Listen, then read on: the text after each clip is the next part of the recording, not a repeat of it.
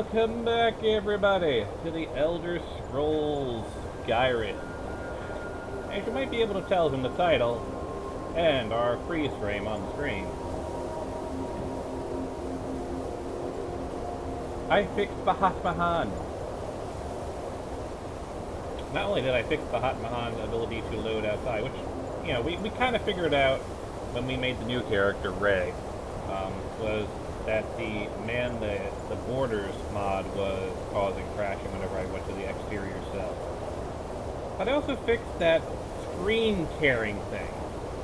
Turned out it was a glitch with one of my mods in beta testing and beta developing.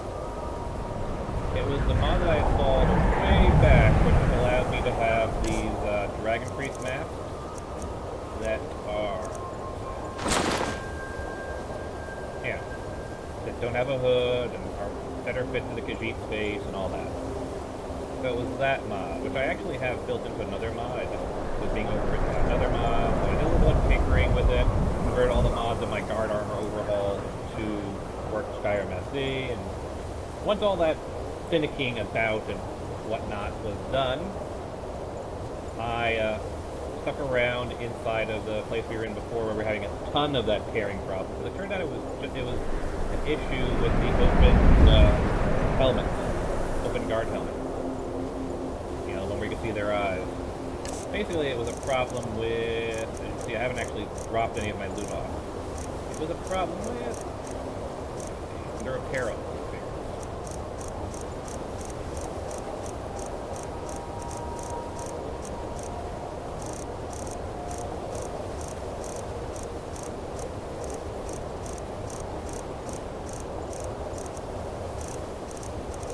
Anytime one of these helmets, or any of the recolored variants of them, would show up, that's what's causing the screen tearing. But I'm not having that problem anymore. And, sorry to put it on, as you can see, it works. Just works.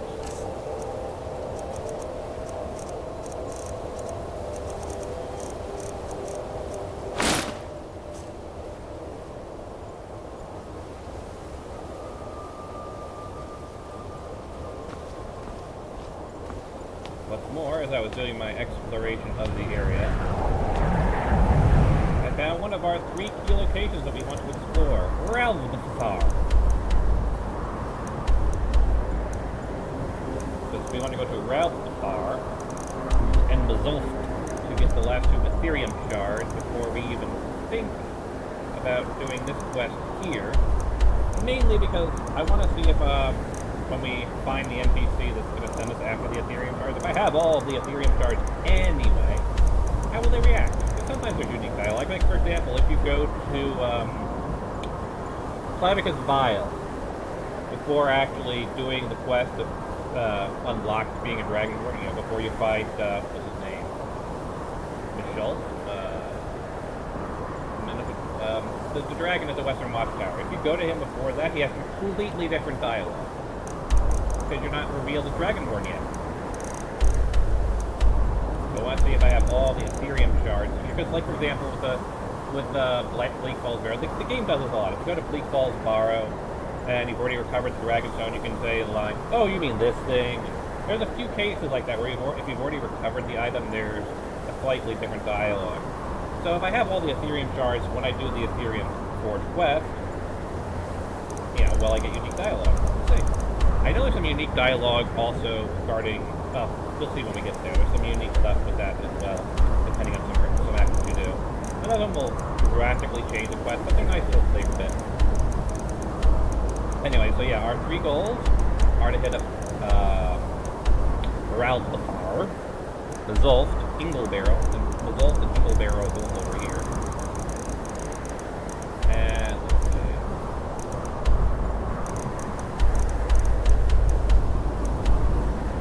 Probably return the ring for mixture at some point in the near future. Just clear that off my quest log.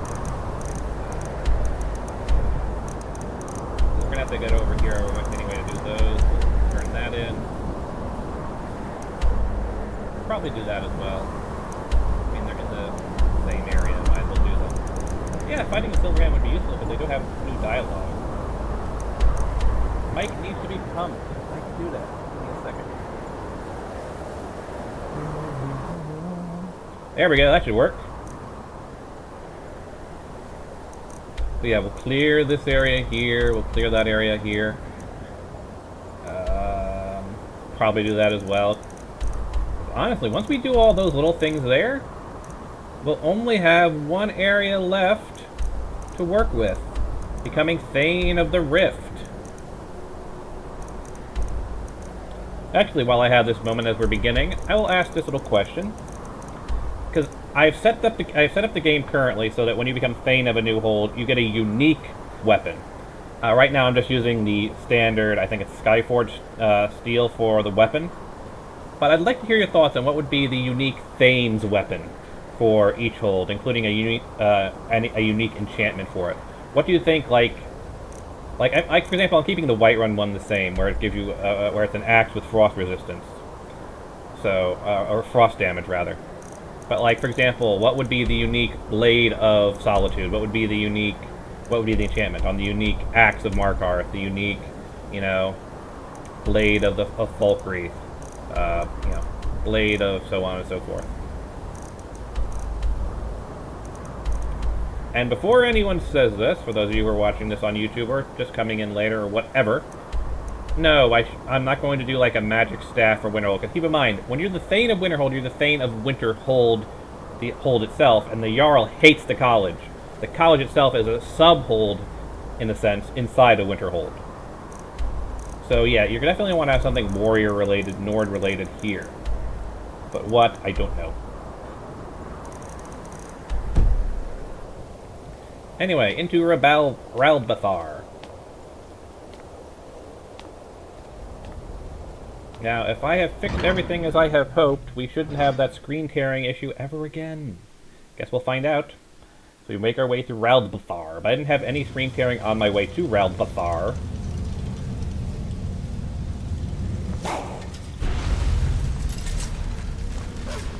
And I believe... Oops, hit it.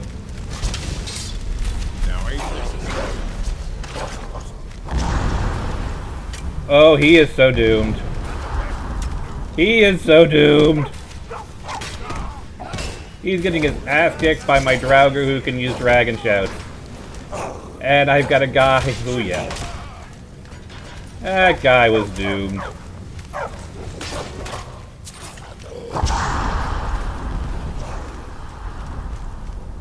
Oh boy.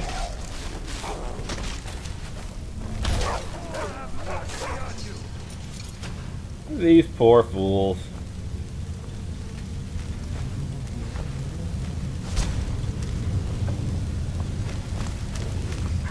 And these poor bandits are gonna get their asses wrecked.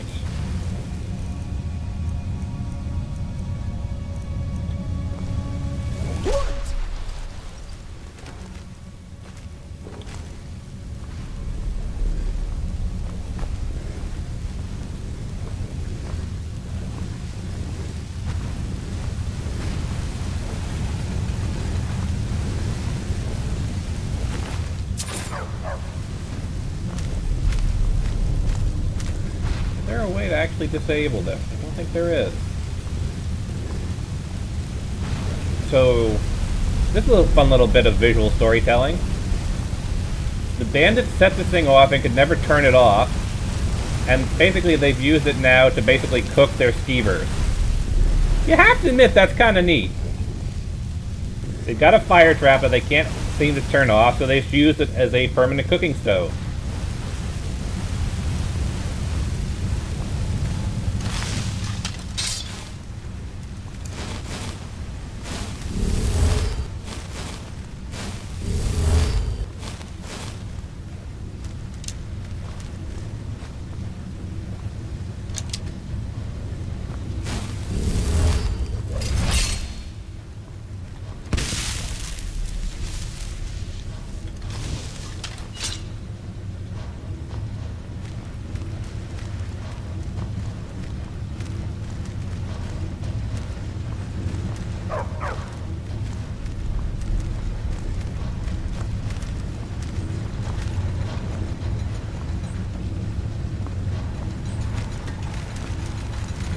I'll tell you one thing: the Dwemer had to have really good backs, because if their bones, their beds are made out of stone, you know that they had to have pretty sturdy backs.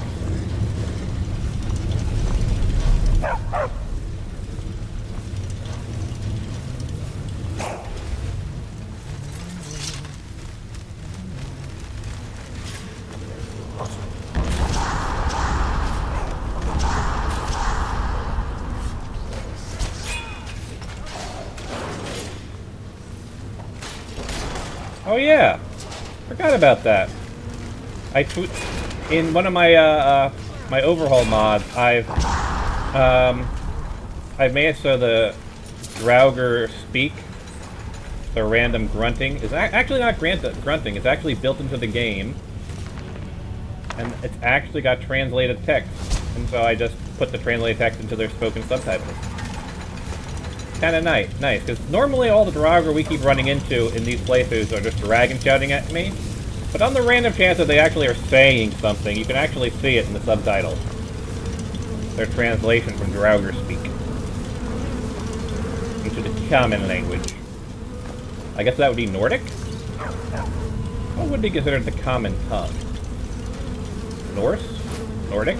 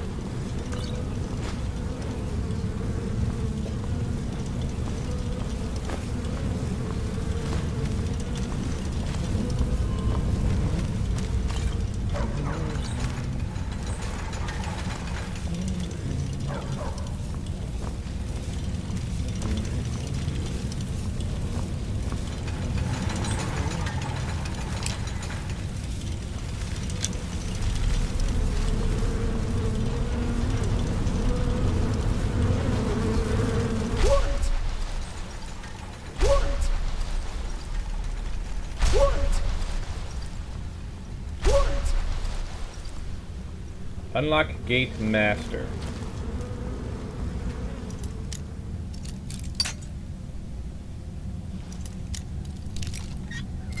Seriously? That close. Alright.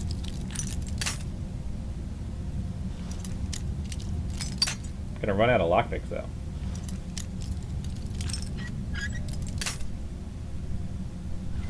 Maybe not.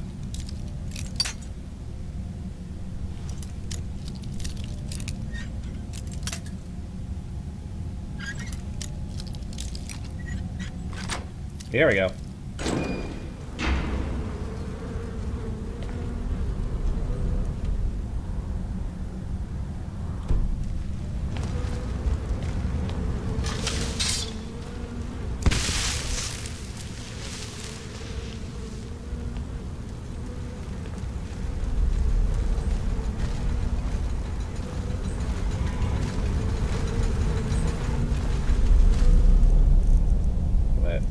Sense of smell.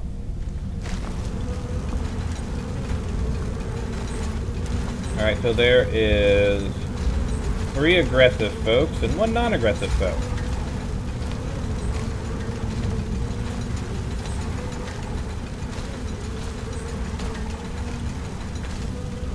Is that a ghost? Oh no, he's just male.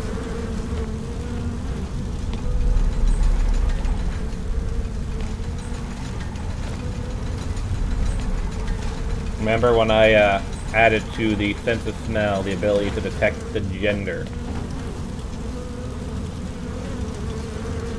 So he's male. I can tell through all the armor and everything else.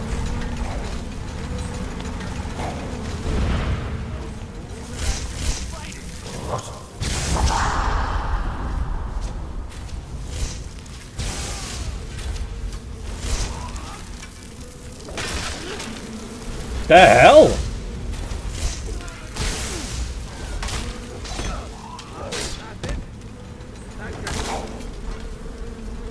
He one-shotted my Draugr White. Who the hell are you? You got the Relbathar key, though.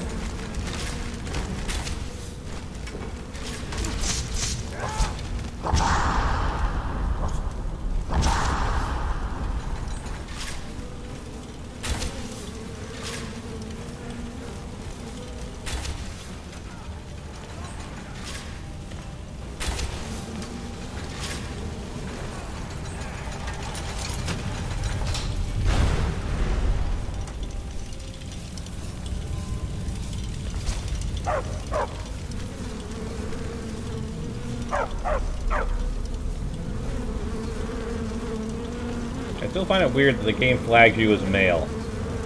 Yes, folks, that is male. This thing, a Spriggan Matron, is male.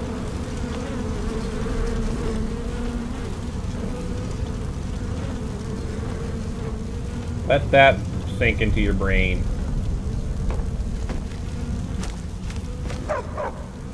So these are Dwemer bolts. They're probably flagged as non-player. I can pick them up.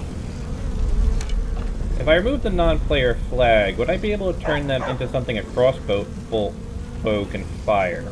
Probably. They'd be incredibly hard to come by, obviously, since they're only fired by dwarven constructs. That's a neat idea.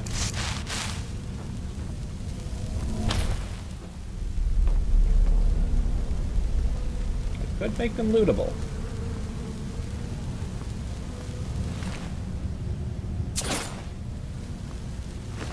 Wow, they tore my Draugr to hell and back, didn't they?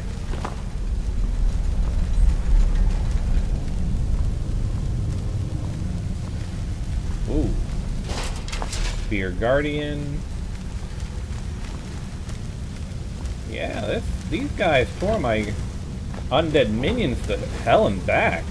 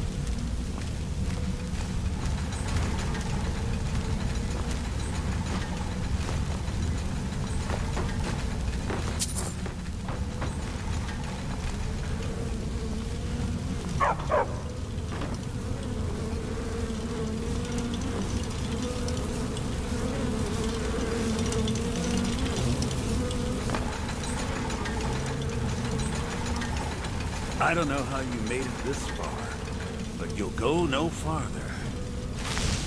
Ah! Seriously? Enough! Ah!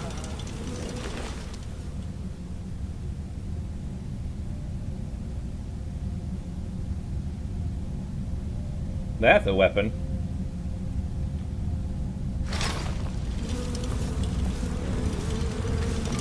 The guy actually thought he could take me on. Not exactly the smartest cookie in the...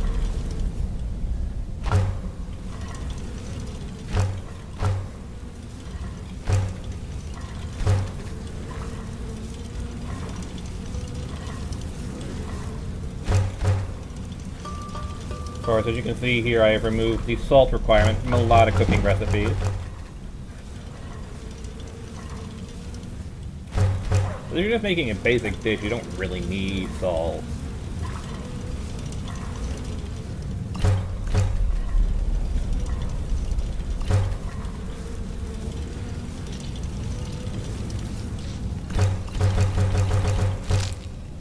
No. Don't need to do that.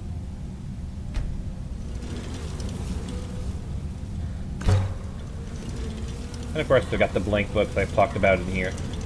Still haven't made the system where you can turn blank books into something else, but as you can see here, blank books. I may change the requirement from roll of paper. Those sodium specialty. Exactly.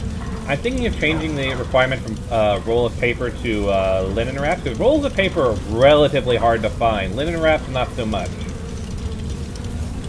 think I've got a total of, across all of my storage spaces, what, 10? 10 rolls of paper, but a couple hundred linen wraps. And I kind of want you to be able to restore books relatively easily. Because ruined books are pretty common as well.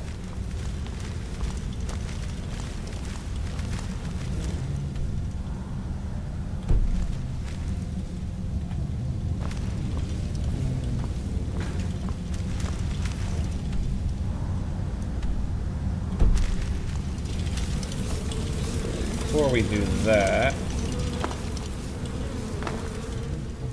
where's the button I'm looking for? Whirlwind Sprint. Uh-oh. I missed some loot. I could add a paper recipe. It wouldn't be too terribly difficult to make. It's not that difficult to make any recipe.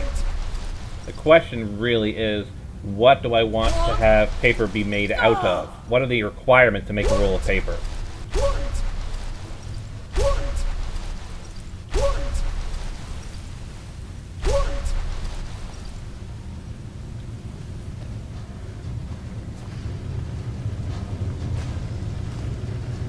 I mean, I made recipes that allow you to smelt down empty bottles into glass, so it's not that difficult. But again, the question then becomes, what do we use to make paper?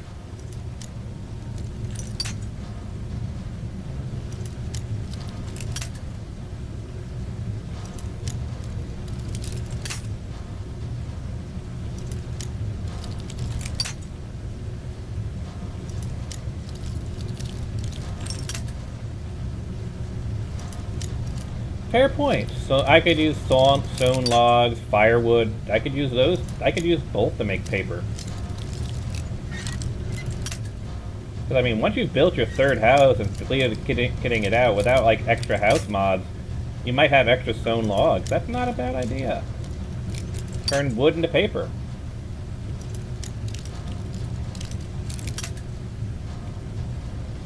It could be. You could consider bidding Minecrafting. I consider it more recycling.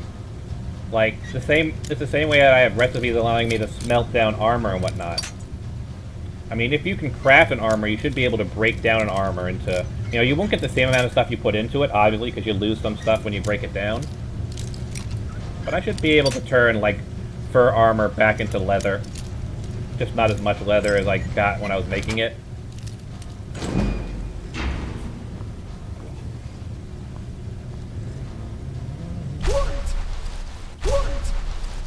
If you really want to talk about Minecrafty, though, over on my other character that we started the other day, I have consoled in a couple of weapons because I am testing a sort of new weapon system.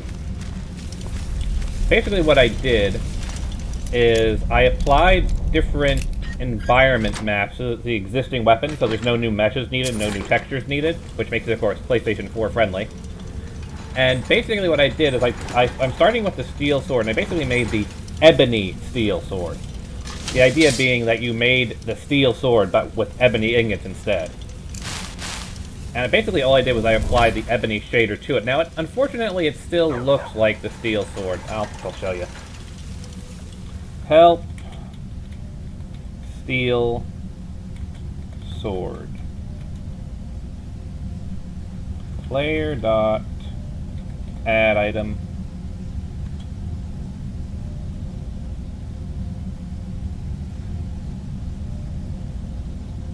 Five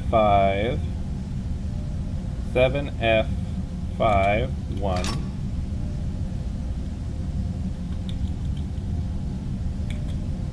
38000880. Go over to weapons, I'll even favorite them for reference later on.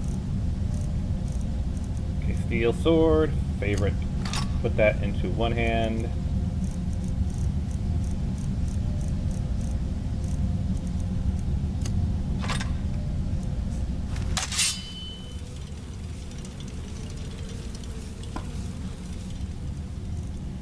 So in my left hand, here, let me do this way.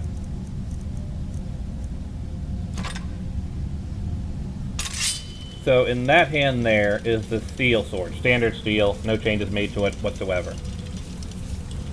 You might not be able to see it the best in our current lighting situation. We can take a look at it again when we get outside. If we look at my other hand, that's the ebony steel sword. It basically is just a little darker.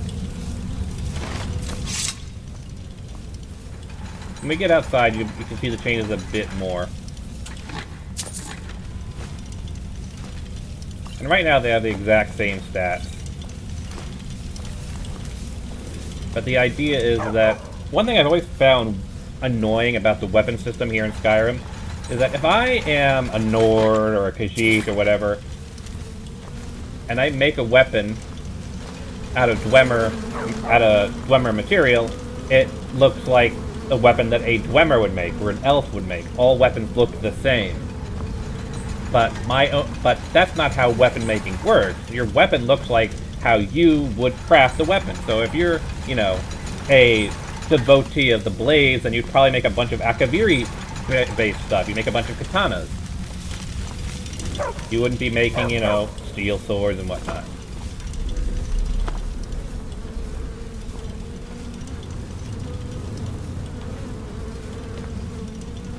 So the idea is to take all of the existing sword weapons and just change up their textures with existing textures, and then you can basically create them from different materials. So if I wanted to have a Dwemer steel sword, then I could have a steel sword made out of Dwemer material, and so on and so forth. And of course damages would reflect changes in material.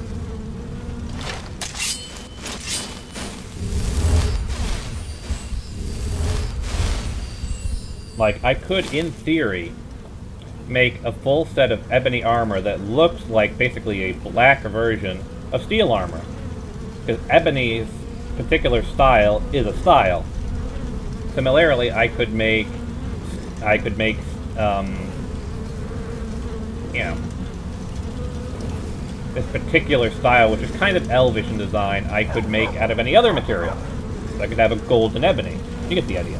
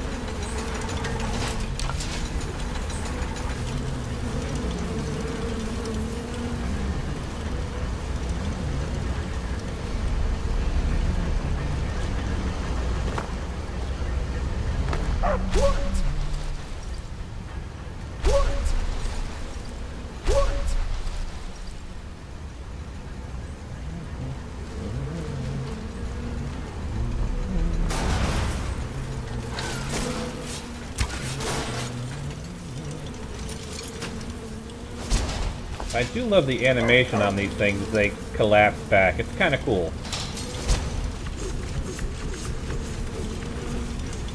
Did I set off a trap? I can't set off a trap. I'm not allowed to set off traps. I have stealth.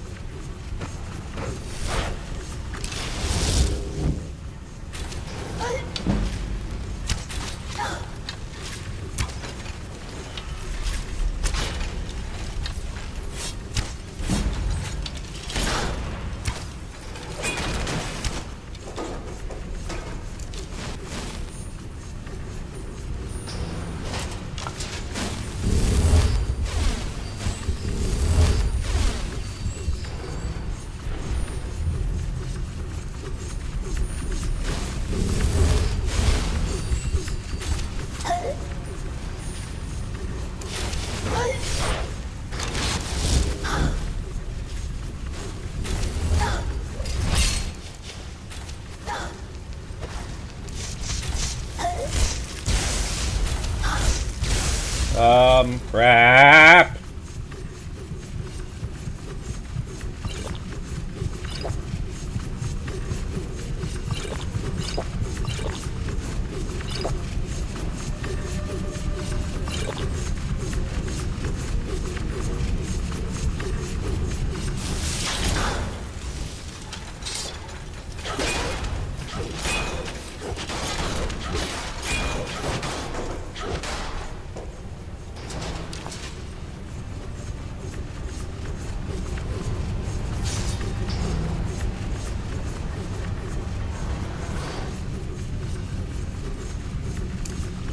Rise, my minions! Rise!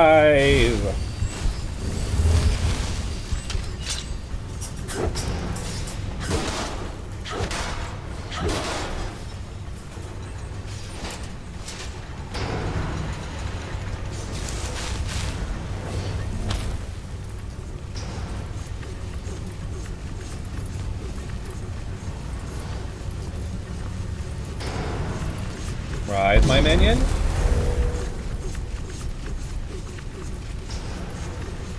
They're never gonna get up here, are they?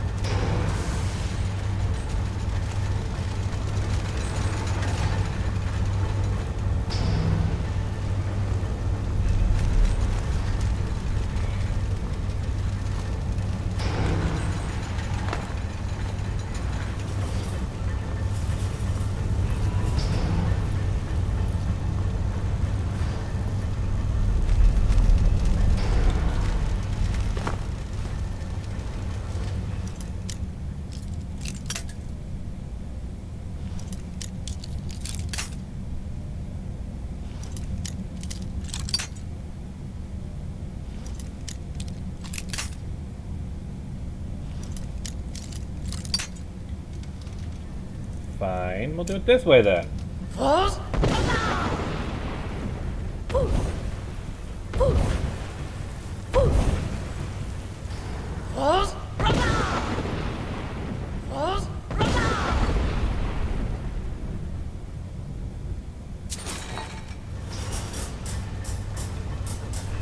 I love doing that.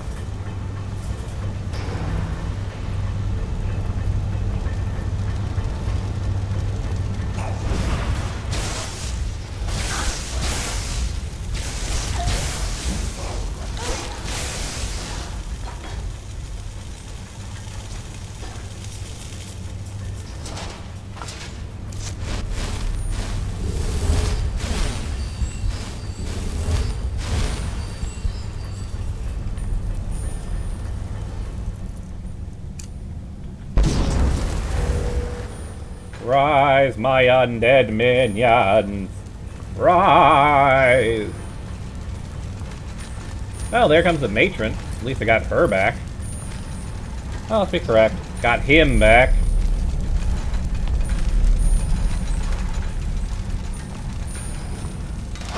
I got enough!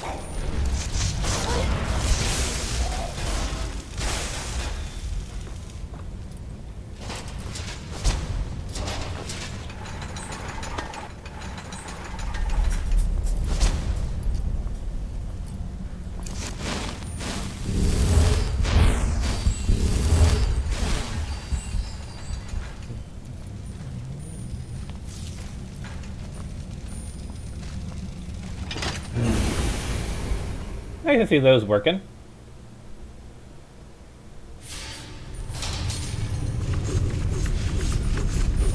Crud nugget! Okay, who's managed to follow me? Bunch of Dwemer constructs, Regor, Friggin' Matron, Vigilance? No Vigilance.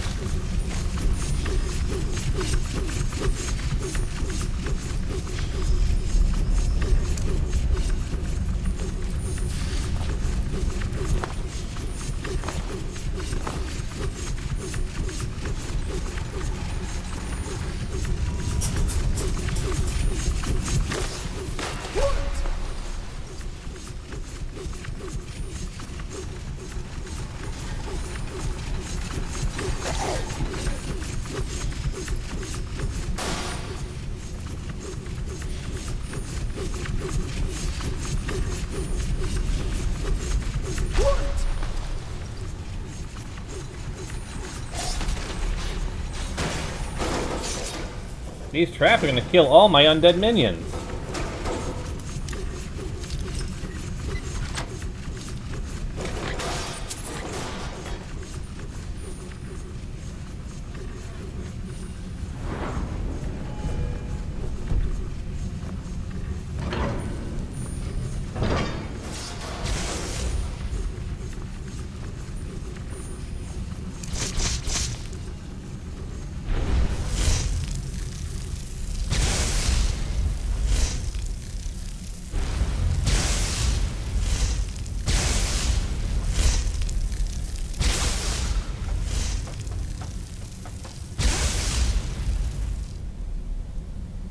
Where is it? Sense of smell.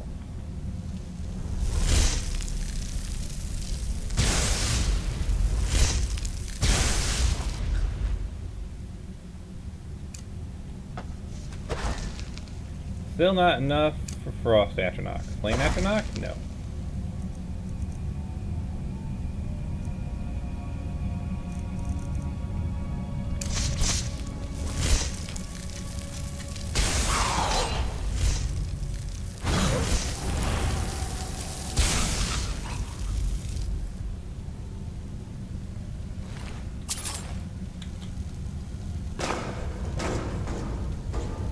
Gregor's like, yeah, I ain't going down there. Like, dude, all your undead minions just got wrecked. I ain't going down there.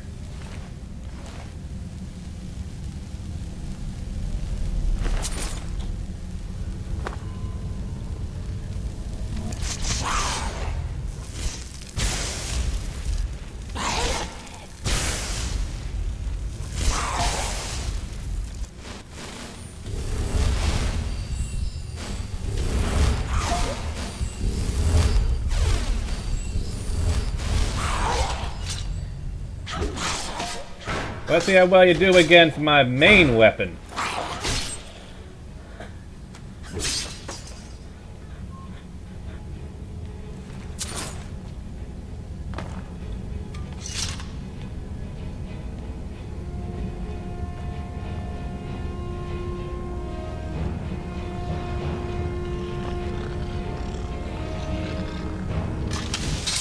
Seriously, Skeever?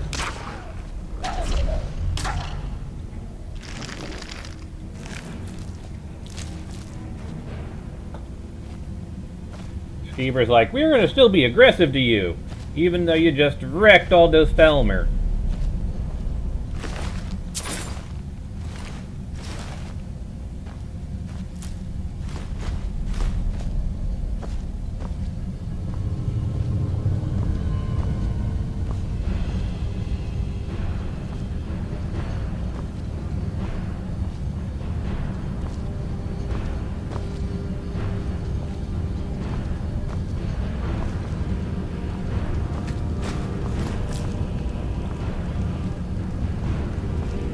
Gregor's still taking his sweet time, isn't he?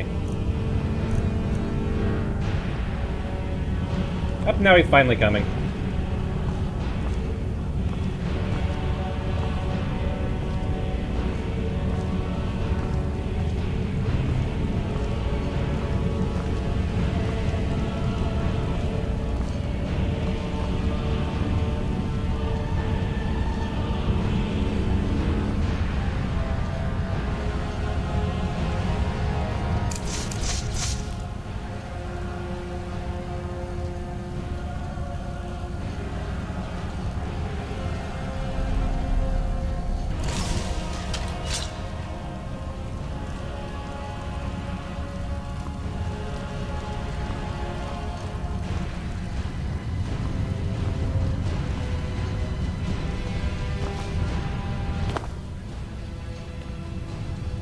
Oh, you're up there.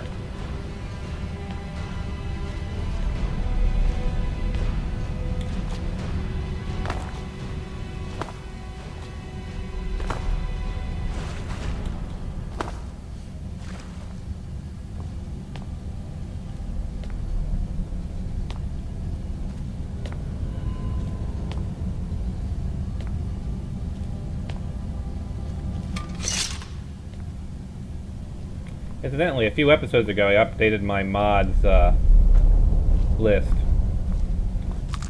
And I mentioned on it several mods that I have in development. They are not publicly available. However, if one of those does interest anyone out there, just send me a message, and I will send you a zip of the file. Keep in mind, it is a file in testing, and it is not ready for public release.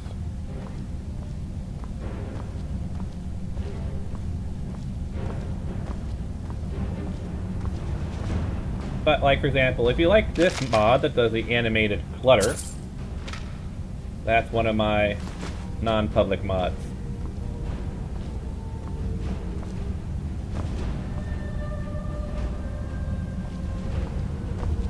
I have to say, though, I love that effect.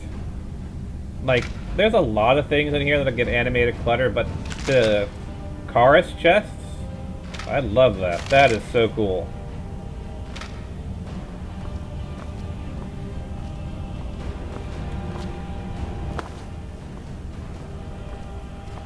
For certain things that you think, should have been in the game from the beginning, like the animated swimmer lifts, but personally, I just love that animated chitin treasure chest. Weird, I know, but I just think it's really neat.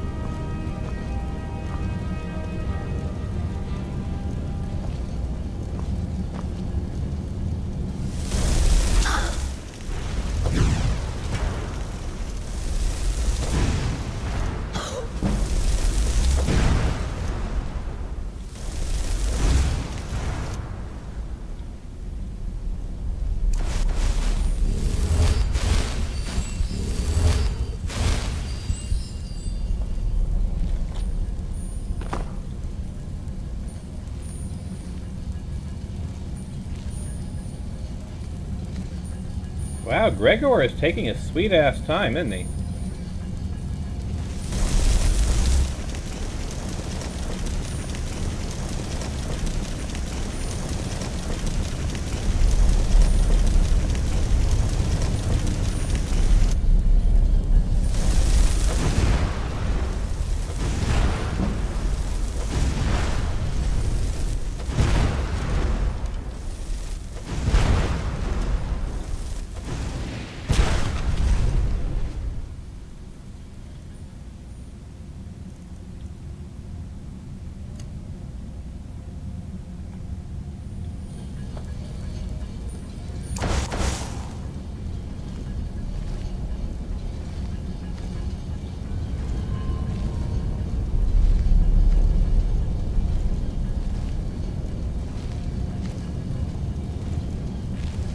I've also added crafting recipes that allow me to break down,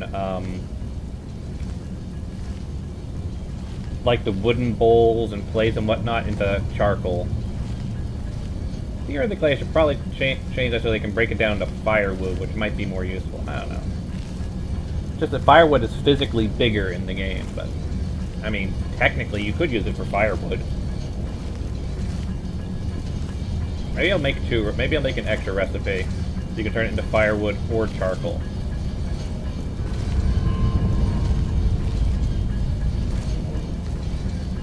Same thing with torches.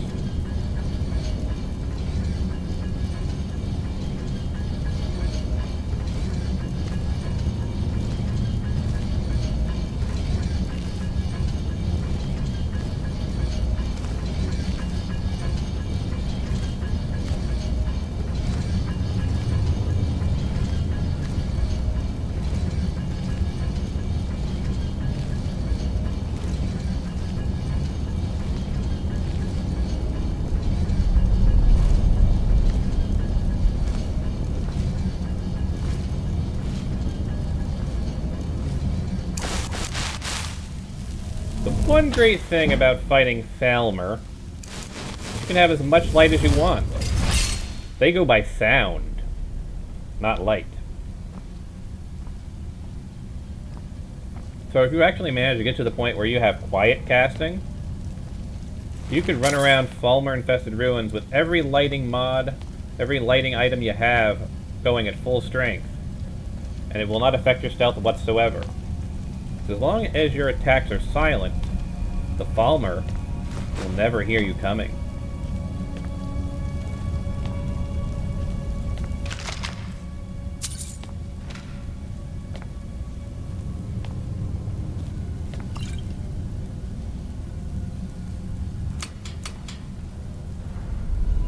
If I press it again, will it pull it back up? It will.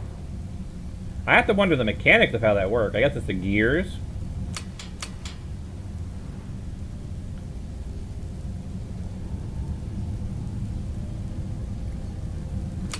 I just feel like the gears shouldn't be strong enough to pull it back up. Without some type of, you know, what's the word I'm looking for?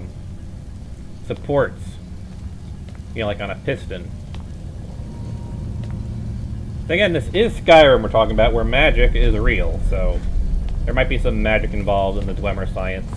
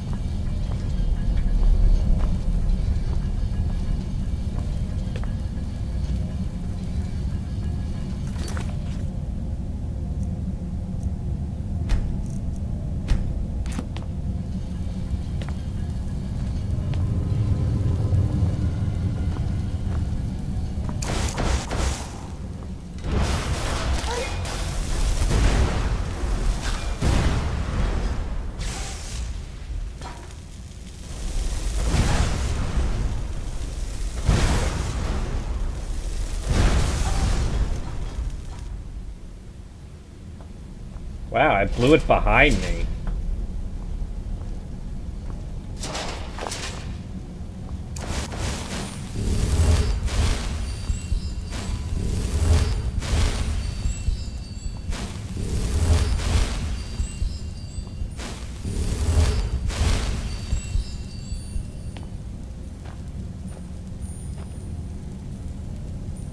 Gregor's slowly making his way up here.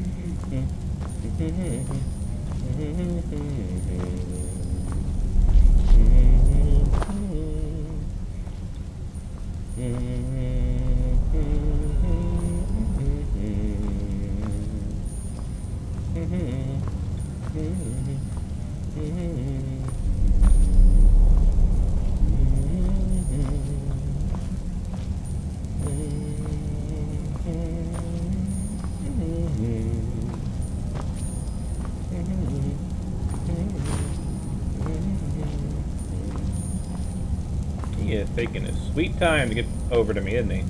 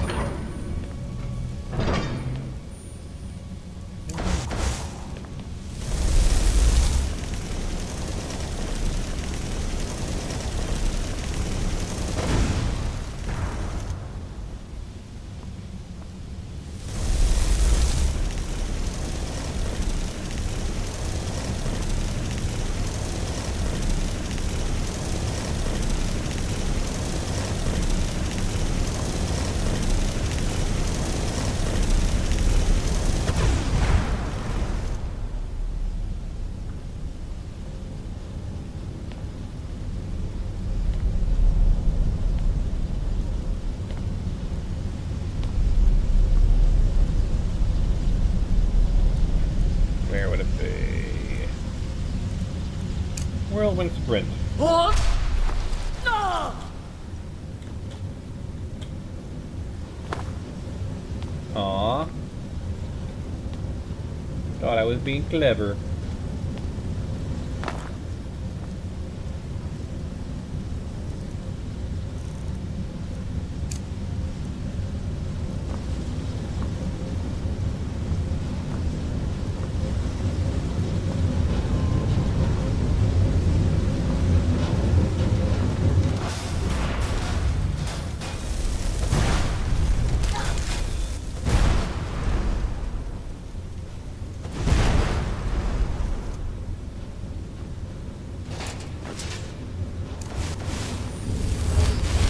You know, with all this steam around here, it cannot be pleasant for a Khajiit in a full fur coat.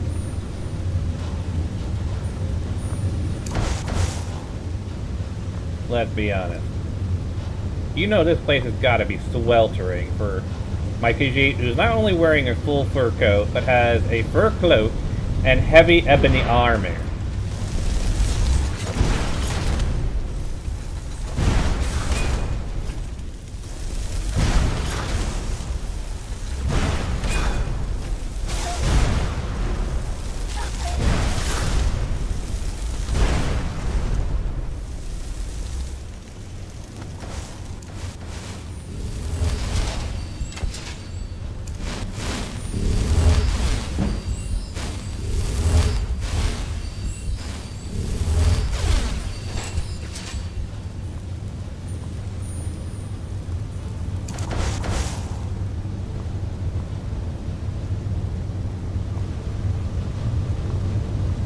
really should be using my sense of hearing, not my sense of smell.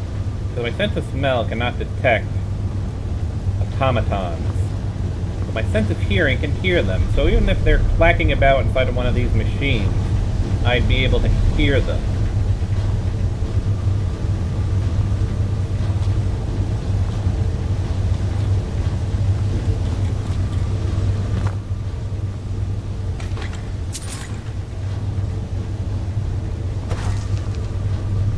Now I know they're not going to be popping out of those because they're not hiding in them.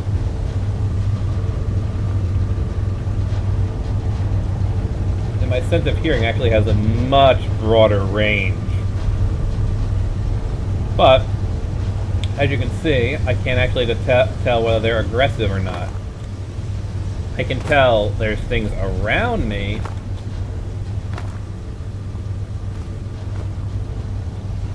but I cannot tell whether they're aggressive or not.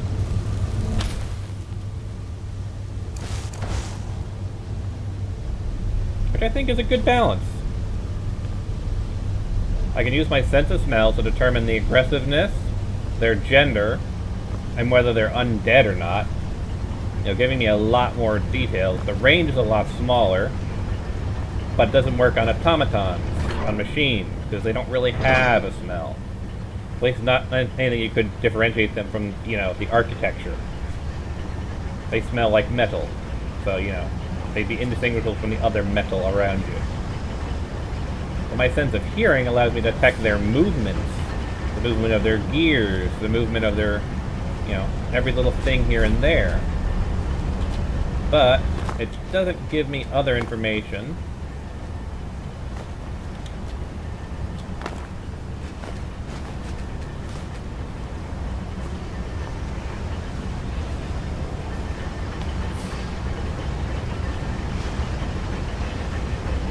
Like, and I can, and since it isn't actually an aura effect, I can kind of make out their physical shape. Like, for example, there's Gregor over there. I can tell by he's roughly man-shaped. Now, I'm not quite sure how you justify him being roughly man-shaped in terms of sound. Like, I know there's a Falmer because they're hunched over posture. I'm sure there's some way of explaining how you can get their general body shape from the sounds they're making.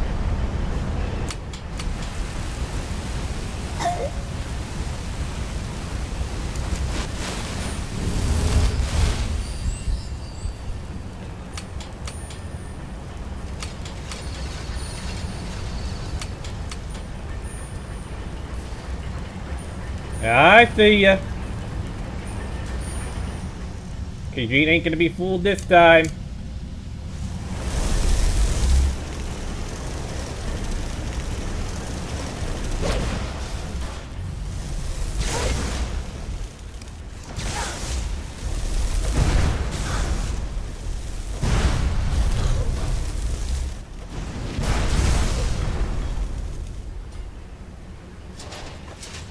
Yeah, don't fool Khajiit.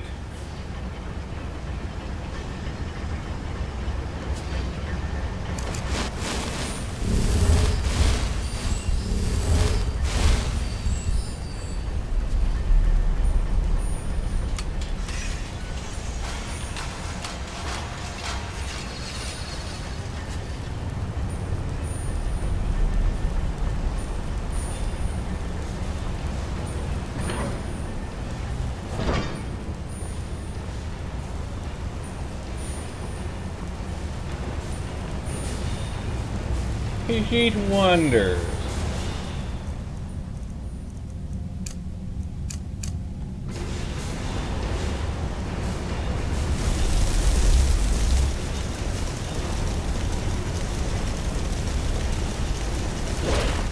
No.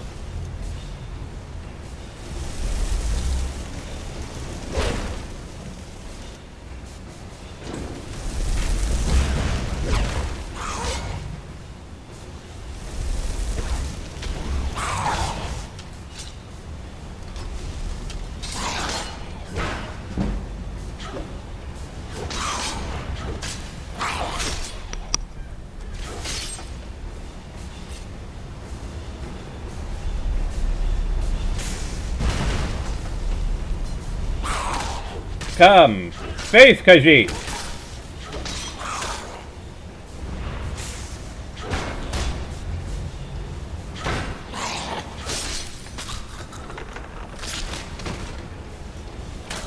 Come into Khajiit's arena. Khajiit is waiting.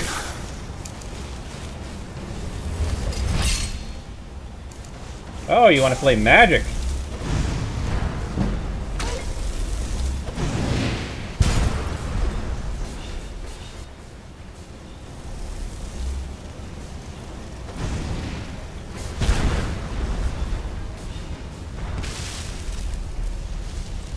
Khajiit is waiting.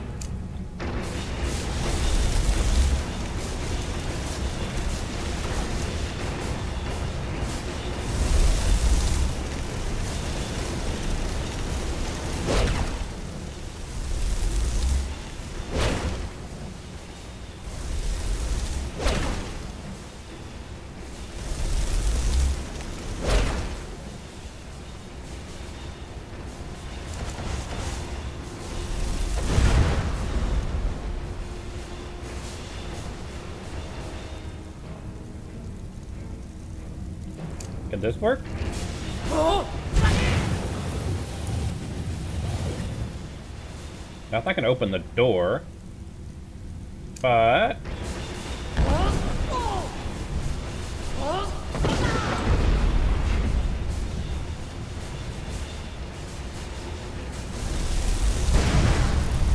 oh crap! Khajiit did not think this through.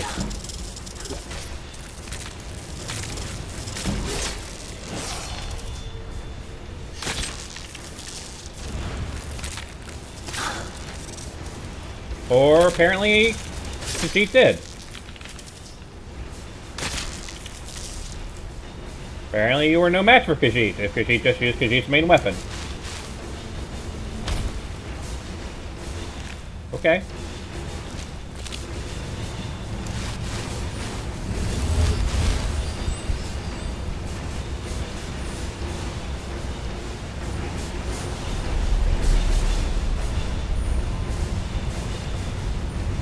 And here I thought I was going to get horribly mutilated by those Taurus hunters. Because they came two at me and they didn't set off my rune. Nope. Totally wrecked their shit in one hit.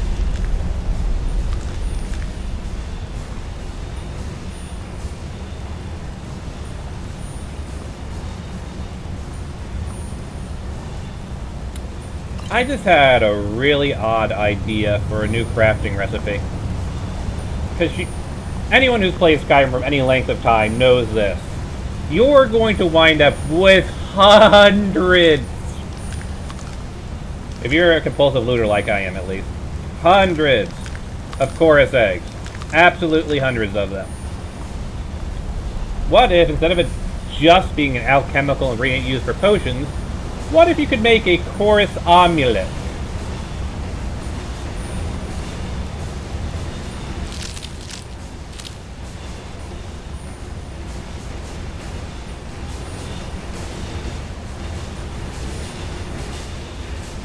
Sounds kind of fun, right? A chorus omelet.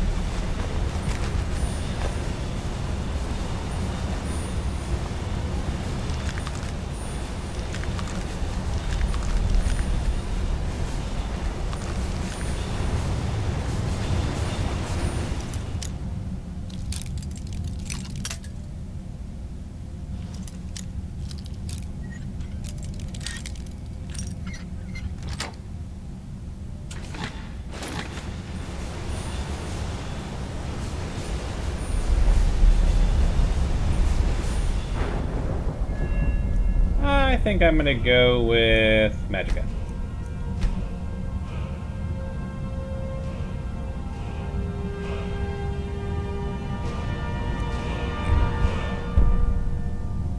I don't have Restoration dual casting?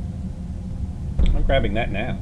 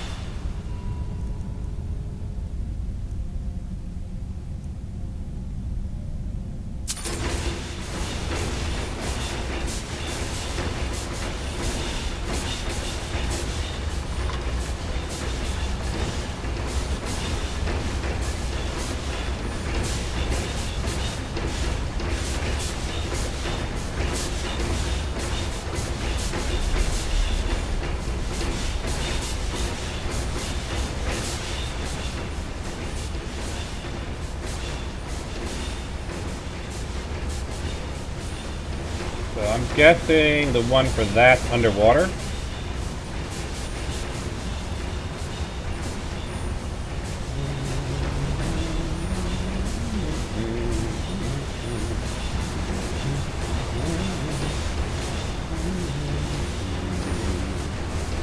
A reading rainbow. How is this thing locked? Seriously. How do you lock something like this?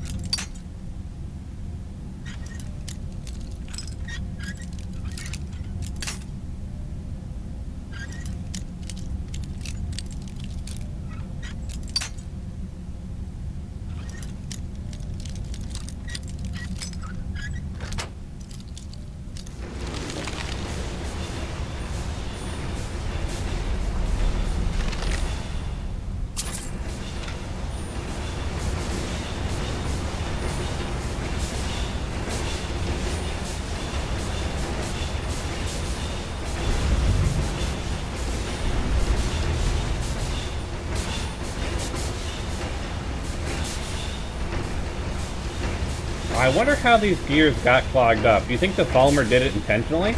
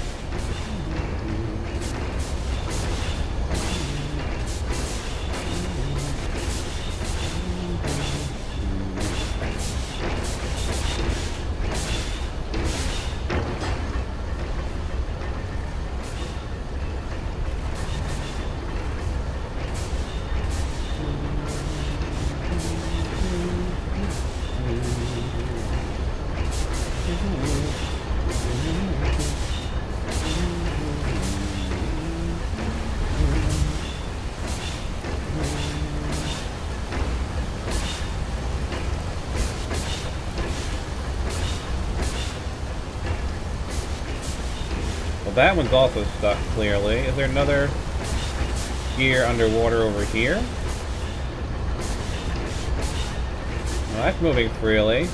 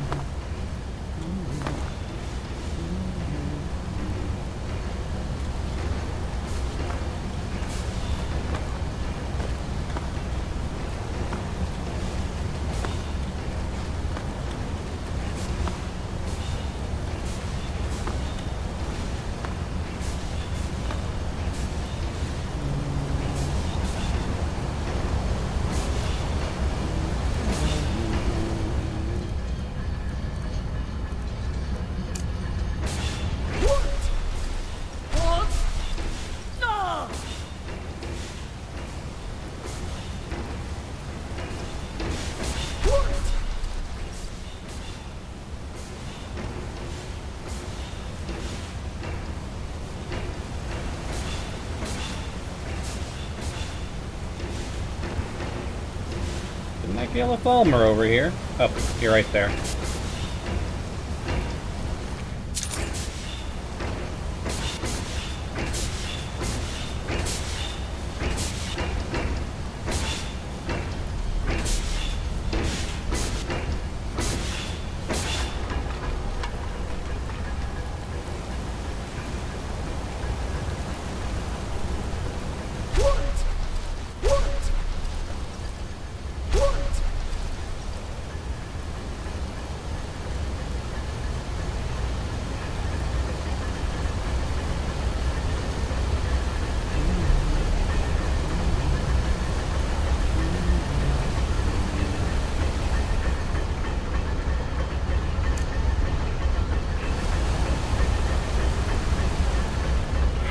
Can I get Fire Rune onto that thing?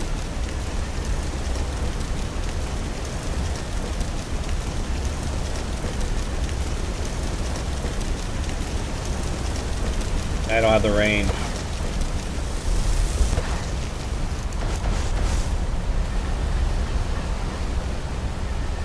Could put Fire Runes right here, though. Actually, this is a Dwemer contract. Lightning Rune.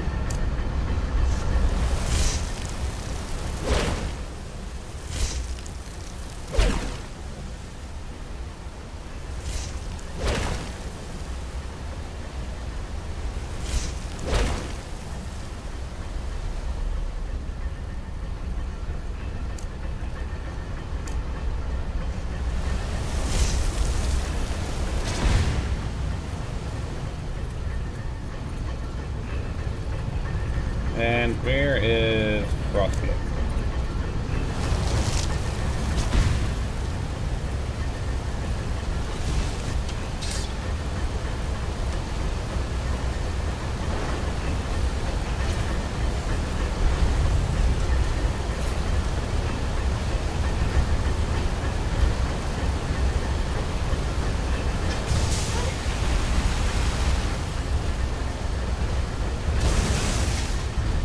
Well, that sucks.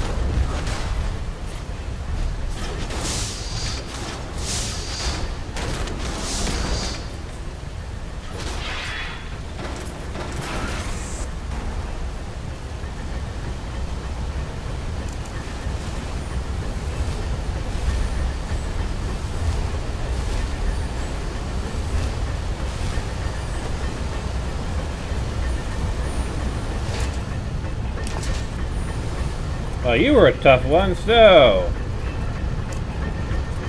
Rise, my minion!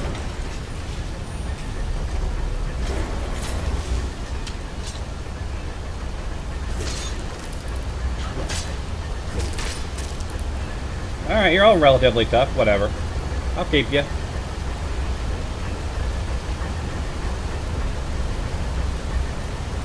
When we get outside, I'll figure out who's the weak links among my undead minions and kill them off.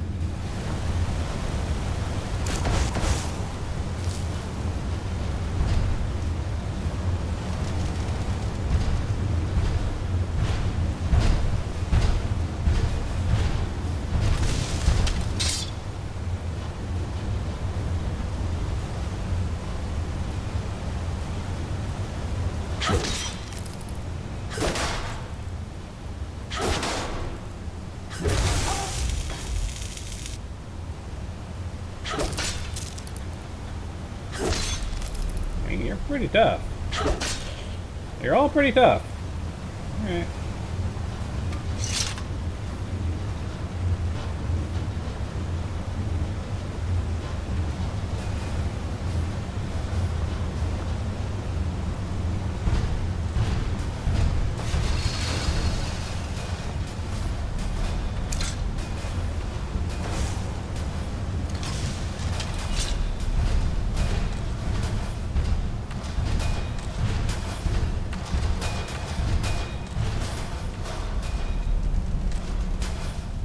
You lack the required item.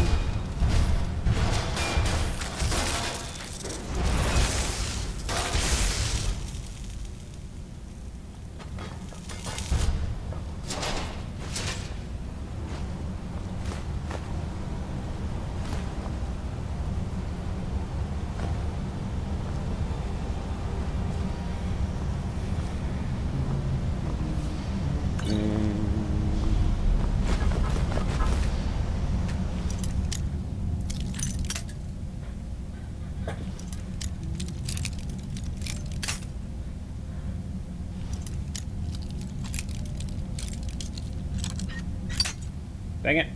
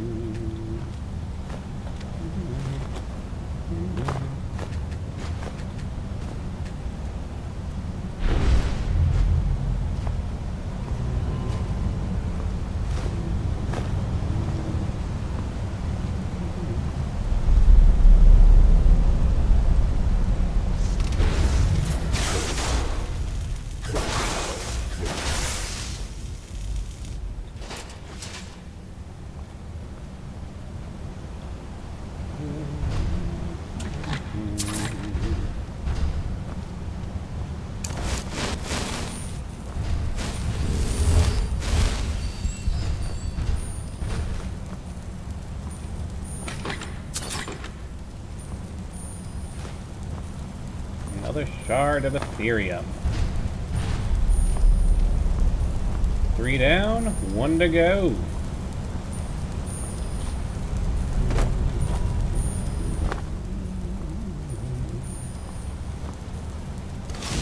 Just a regular Falmer. How tough are you? Wow. The health drain alone killed him. What about you? Shadow Master? Okay, you're pretty tough. Shadow Master. Whoremonger.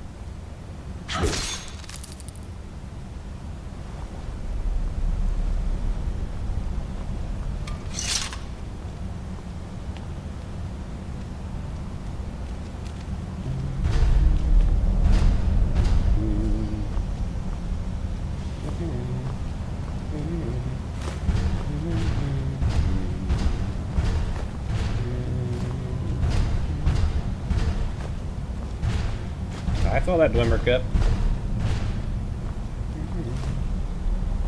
And anything notable over around here? Nope, just our exit.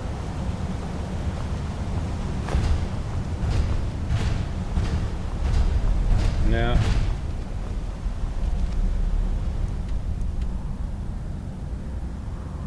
That's it.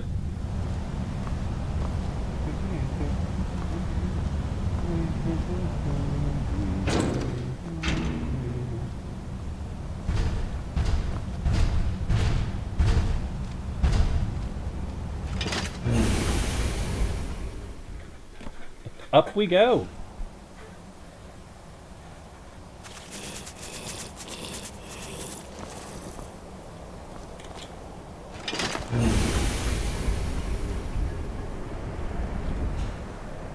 Okay, who's messing with the lever?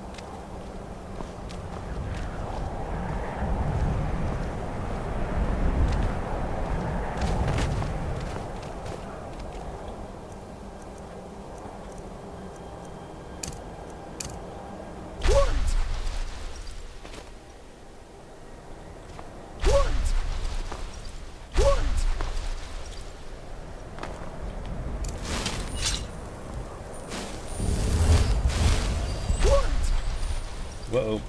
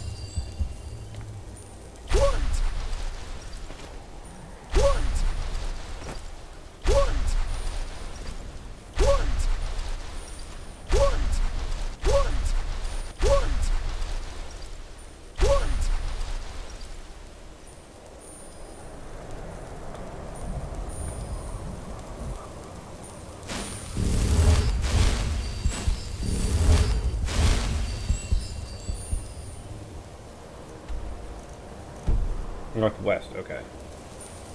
Go ahead that way.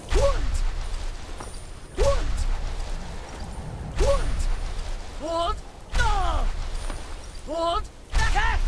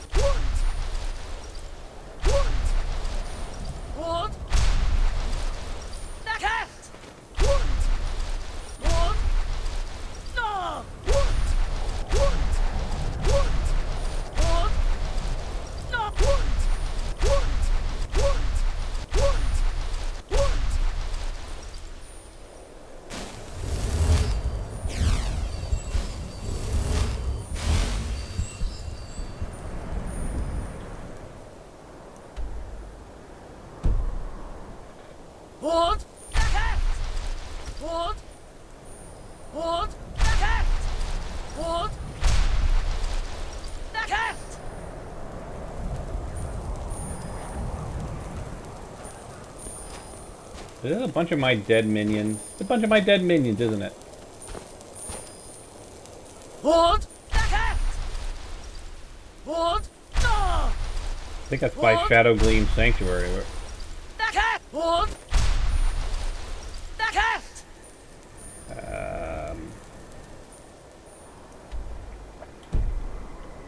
I'll keep following the road. Hold the cat! Hold no! Hold the cat! Hold no! Hold no! Hold the cat! Hold! Hold! Hold! Hold! Hold! Hold! Hold! No! Hold the cat! Hold the cat! Hold the cat! Hold the cat! Hold the cat! Hold no!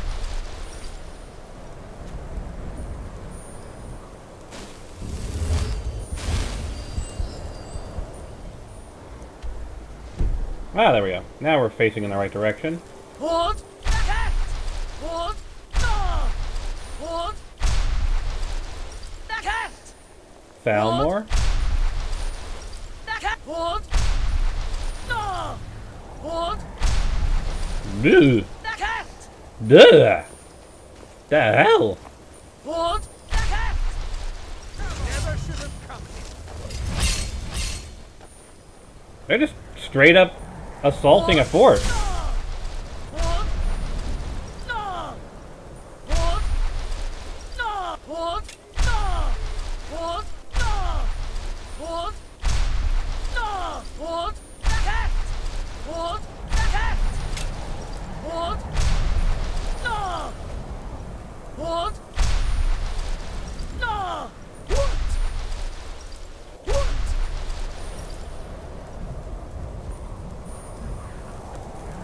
Alright, the Hall of the Vigilant had been attacked by vampires. We heard about that a while back, didn't we? But we are avoiding the place because, well, the Vigilants kinda have a problem with me. But with my collection of Daedric artifacts.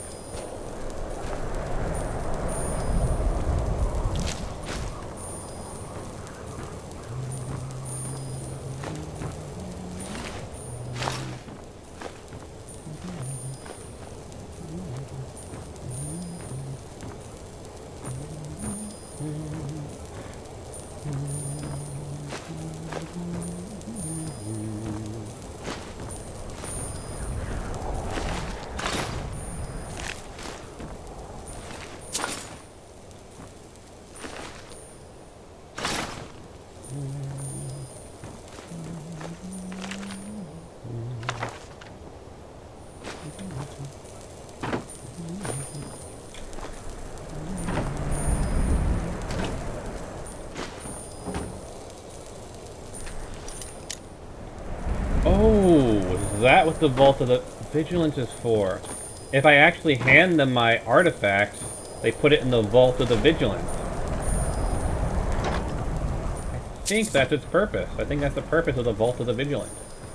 Any Daedric artifacts that they have confiscated go into the Vault of the Vigilance. Huh. And there's a Vigilance Vault key. So if I collect Daedric artifacts and give them to the Vigilant of Stendarr, they'll put them in the vault. And then once they get killed at the start of Dawnguard, you can get the key here and get them back. Huh. Neat.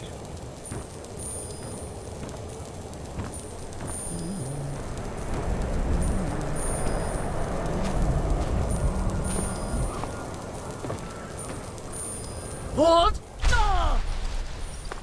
Hold no! Hold no! Hold! Hold no!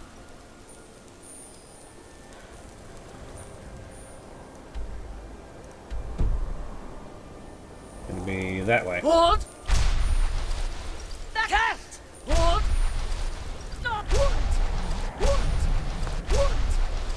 Hold! Hold! Hold! Hold! Hold! Hold! Hold! Hold! Hold the cat!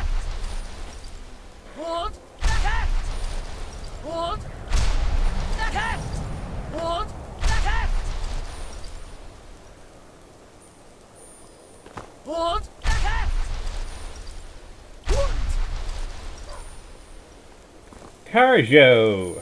Yes? Khajiit has found your amulet, brother. There it is. Ah, home. If you ever need the skills of a Khajiit warrior by your side, I would be honored to travel with you. Until then, here. This is for you. In thanks. May your road lead you to warm sands. Hold! Cast! Hold! Cast! Hold! No!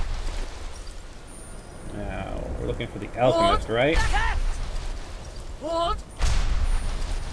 No! Hold! No! Hold!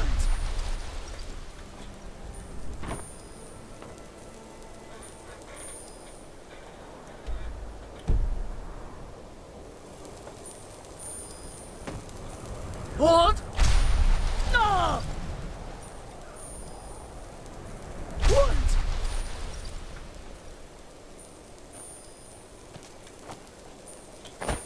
Hold! No! Hold! Hold! Hold! Hold!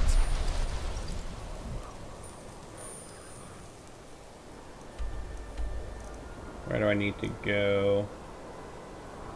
Where to turn on the ring of pure mixtures?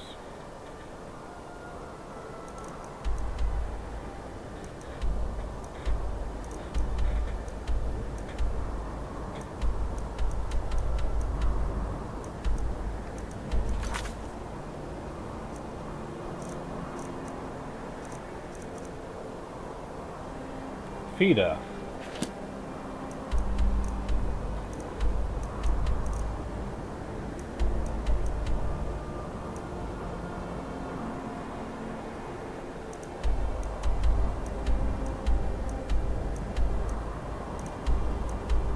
Probably the mortar and pestle.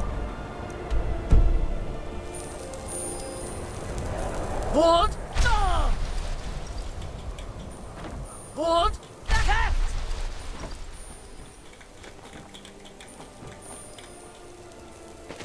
Hold! No! Hold! No! Hold! No!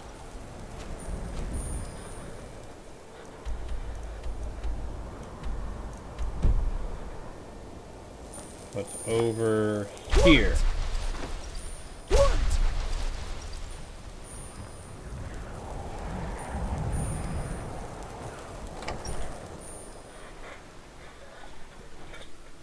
The mortar and pestle makes potions, if you can't tell from the name. The mortar and pestle has I cures for have every a illness. ring. Thank you. Here, let an old alchemist pass on some of her secrets to you. Let me know if you come down with the rattles. I'm gonna ignore her because she's got some weird shadow striping.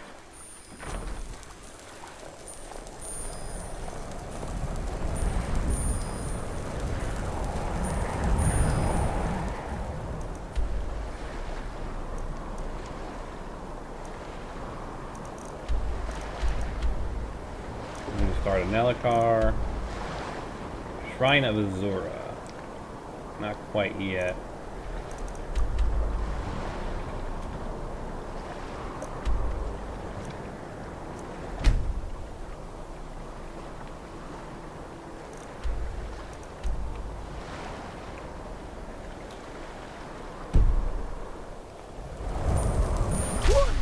Mind yourself. The Jarl and I have our disagreements. Sorry if you had to overhear them. Heard they're reforming the Dawn Guard. Vampire hunters or something. In the old fort near Riften.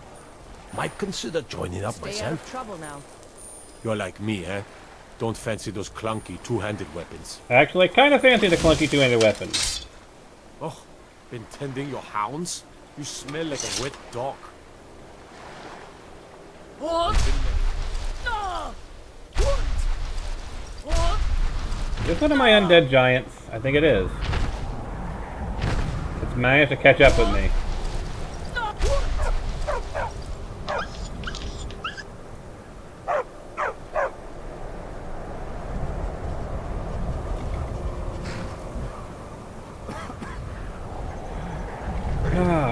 Alrighty then. You. Need a ride? Yes. Where do you want to go? Climb and back, and we'll be off.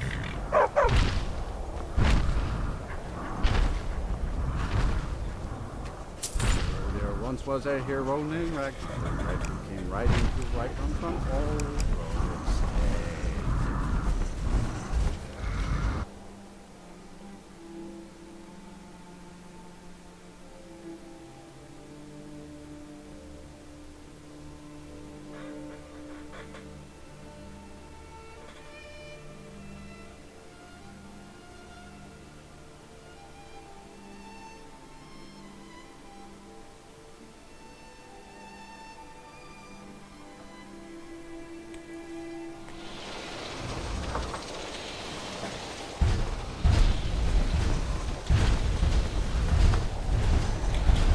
Yeah, nope.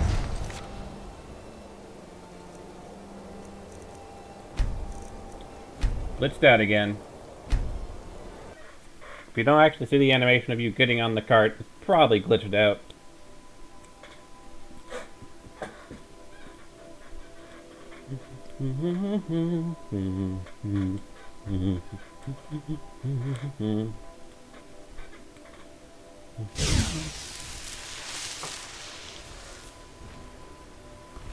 Try it again. Need a ride?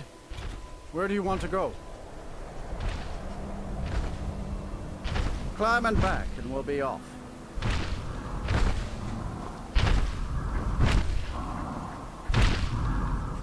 Ready to go yet?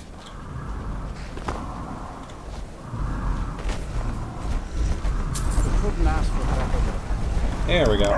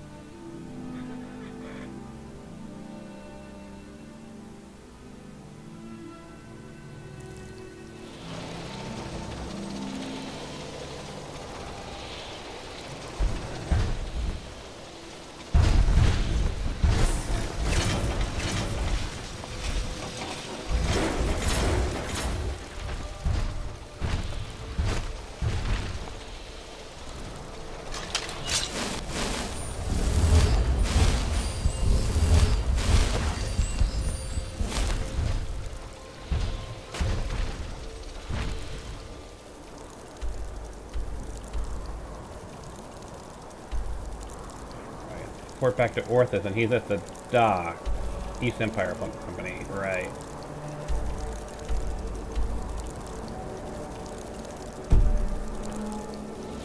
Hold the cat! Hold the cat! Hold! No! Hold! No! Hold the cat! Hold the cat! Hold! No! Hold! No! Hold!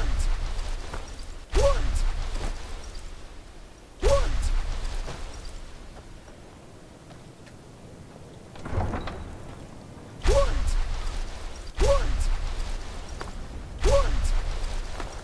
Hold! There's a bear around here somewhere? Ours is to smile at your passing, friend. Hold! No! Hold! No! Outward. Adelaisa, I'm sorry. Sorry isn't good enough, Orthus. There's a lot of gold at stake here, and sniveling isn't gonna get it back. I've got a sharp woman on the job right now. She should be returning any moment. This must be her, then. Finally, someone around here that can get things done. Since we're short on soldiers, you'll be coming with us too. No arguments. Anything else you want to say? The leader of the battle mage named Haldi. Halden? I've heard of the man, but never guessed he'd join up with some pirates. This could be even more dangerous than I thought. Head to the ships. We'll plan the assault on the way. Get him! Kill him! Hey, watch what you're doing! Something literally followed us in here to try to attack us.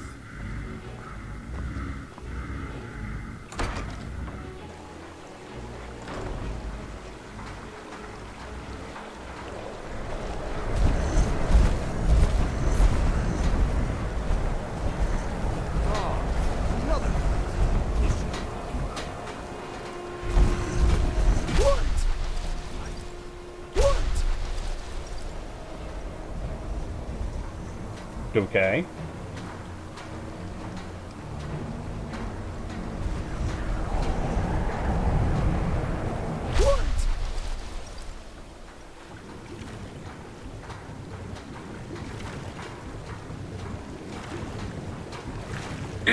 Okay.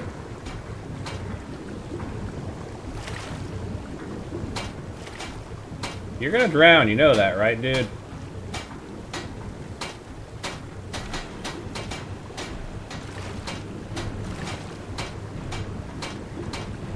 I mean, Khajiit can breathe underwater, because Khajiit's got a Dragon Priest mat.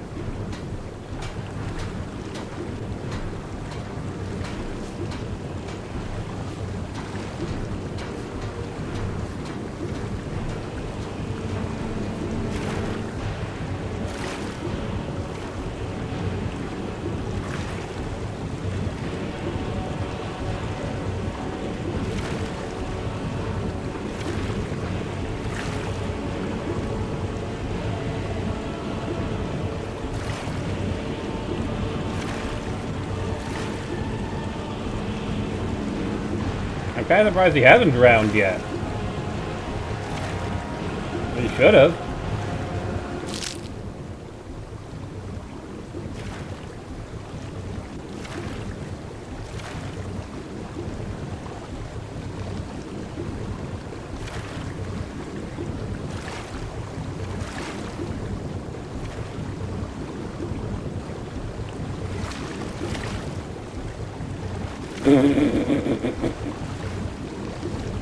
Okay.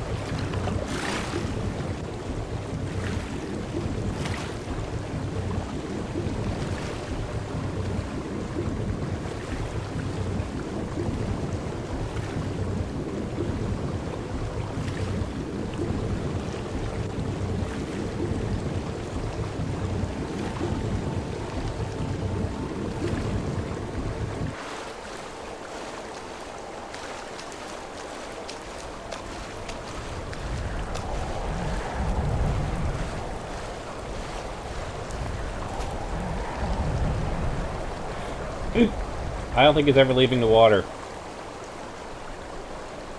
I think he's gonna stay in the water for forever.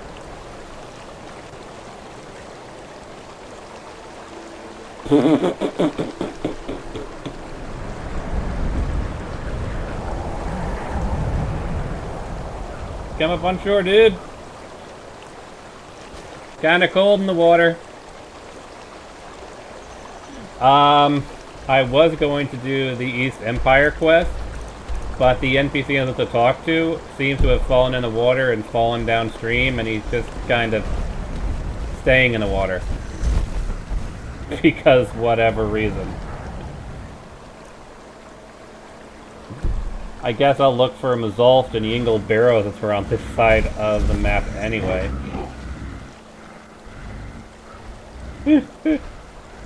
Now he's going to try and swim all the way back to Windhelm. Oh my.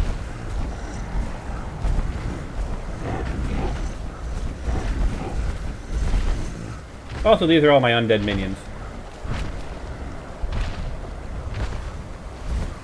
He even talked to you. You're the one who's coming to Jaffa's Folly with us, right? You ready to go? Yeah, sure. All aboard.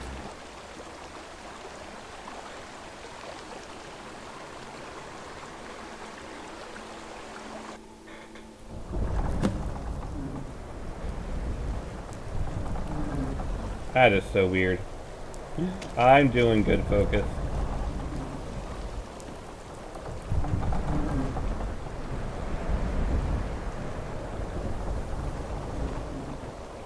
I really need to find a way of fixing that, because that is kind of distracting. The fact that the door doesn't actually rock with the boat.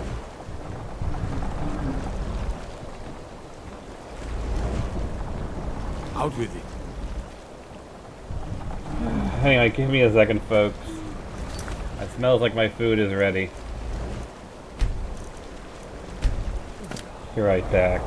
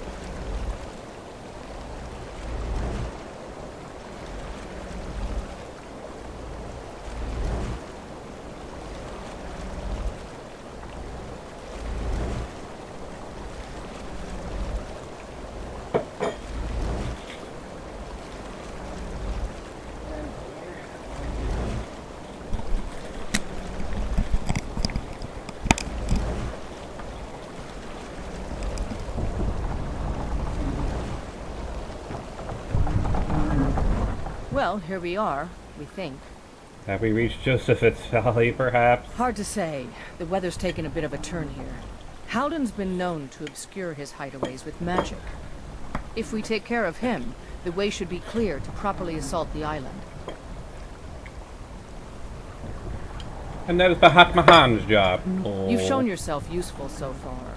All these lunks are too afraid of Halden to head in before the fog's cleared. So, if you're willing to perform one more service for the company, we could put this matter behind us for good. Take out Halden, and we'll handle the rest.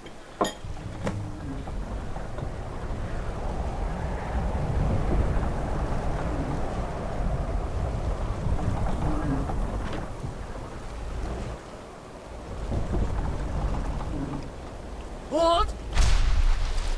Cast! Hold! Cast! Hold! Cast! Hold! Ah!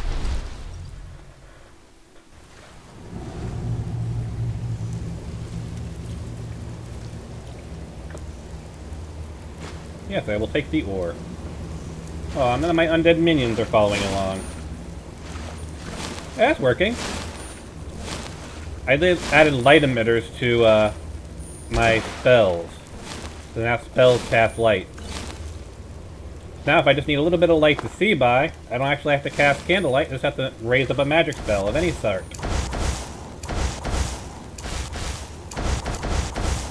This one still isn't casting light, it looks like.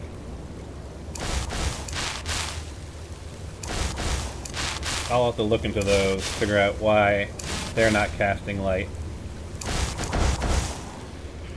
But one at a time, one at a time.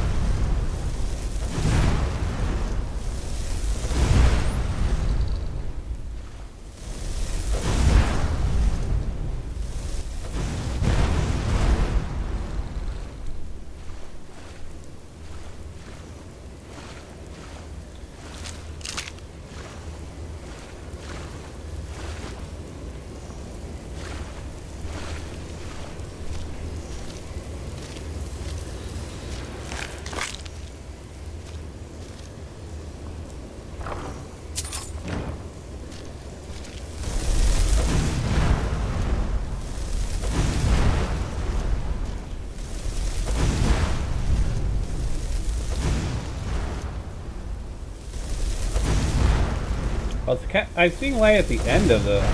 just before impact.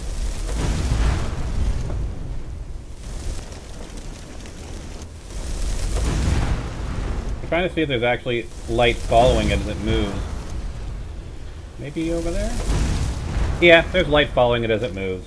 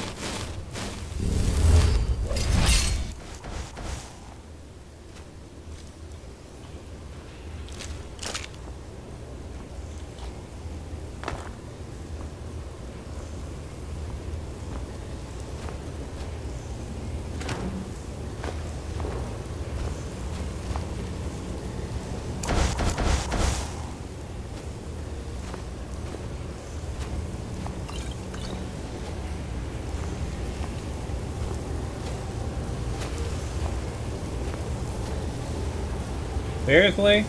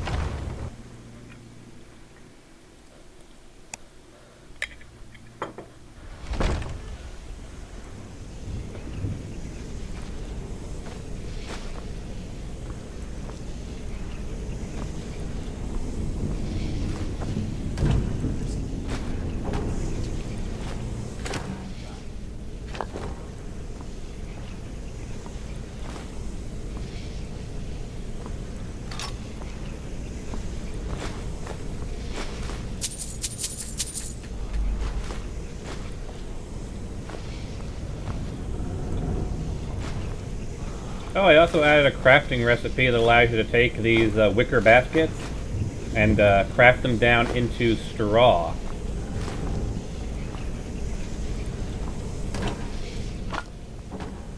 It's still done at a smelter, though. Maybe I should have changed that to being done at a tanning rack, but for now they're done at a smelter.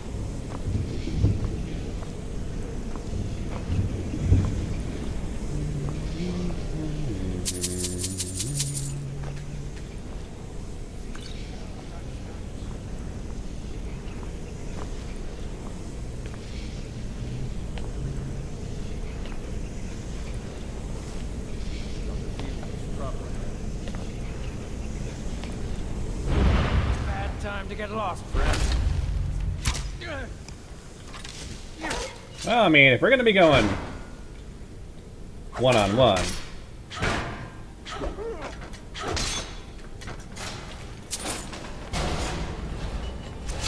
wow, you're an idiot. Set off your own trap. You'll kill me if you what? If you what?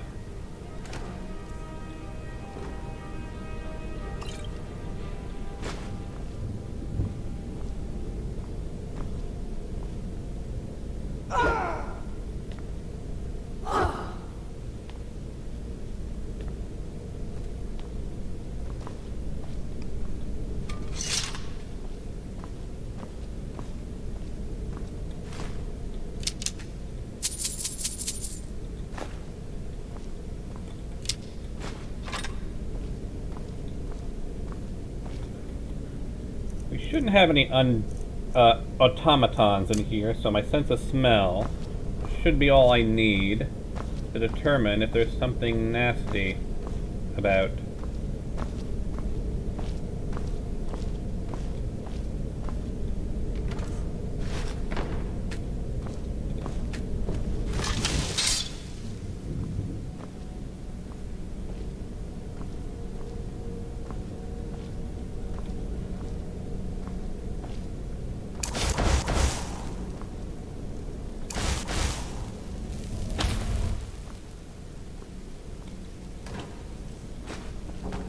I've also been working on adding feathers to various critters that can then be turned into fletching feathers, which you can then use to make arrows.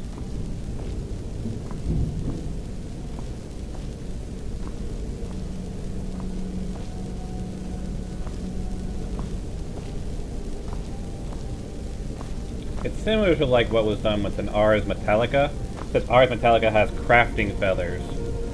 My idea is that different animals drop different feathers, and then you can just convert them into fletching feathers and use those to make them, instead of having to have like you have to have something drop crafting feathers in addition to its own feathers or something like that. Slightly different, slightly a bit more complicated, I suppose.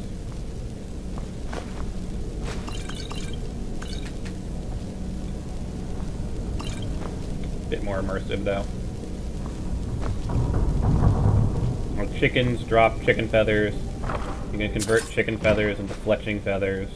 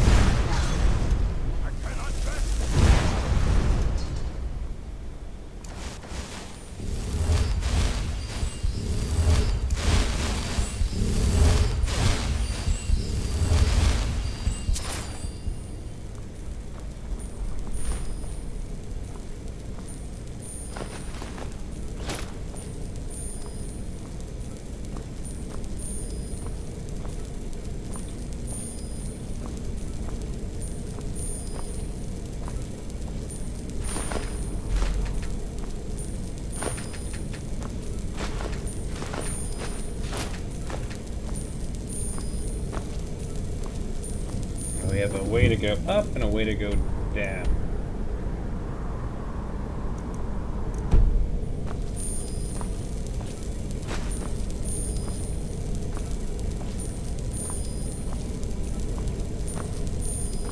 Looks like Halden's in the lower levels. Okay. Makes my life easier.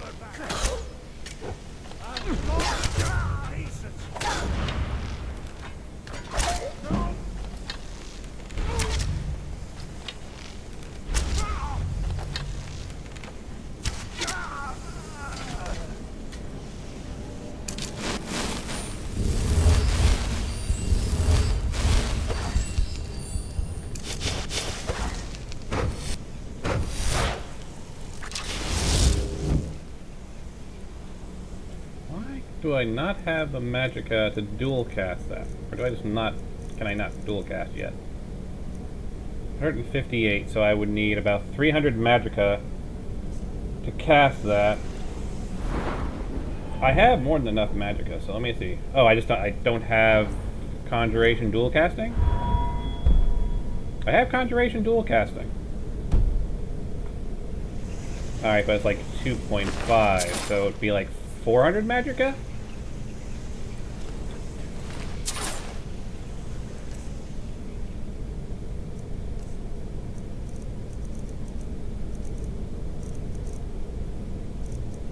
So I need to be able to reduce my conjuration spell casting a bit some way. Or maybe find a way to increase my magicka?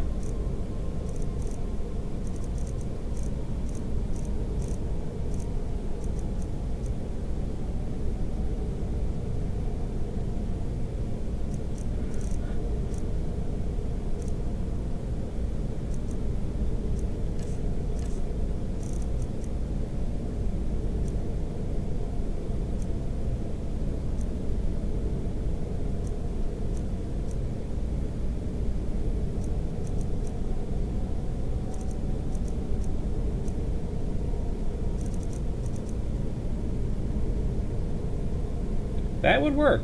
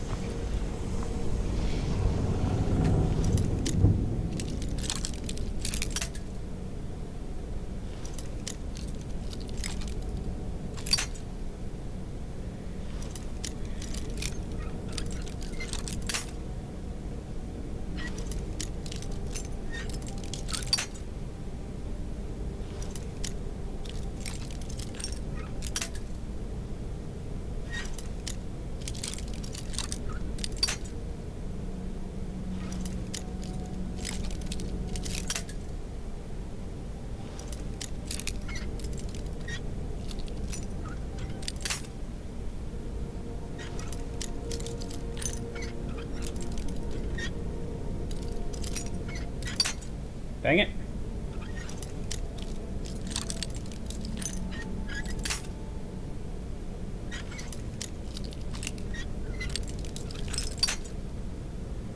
Fine.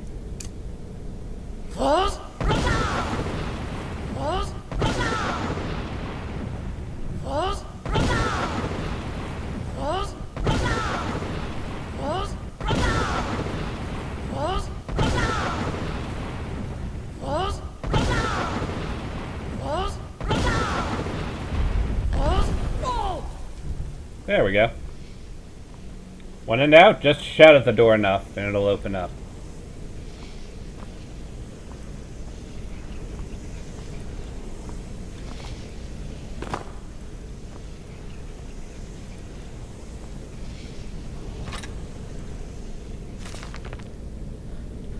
A smaller band than was expected joined with me departing Dawnstar. Apparently, the local word is that this island is unfit for any sort of habitation, owing to spirits and favored weather. No matter, more space for the loyal few, though the building of the citadel may prove to be time-consuming. The first winter was difficult, with the abandonment of many men and women to return to their families on the mainland, a culling of the herd. Let us lose the faithless, the weak, and those who lack the fortitude to persevere.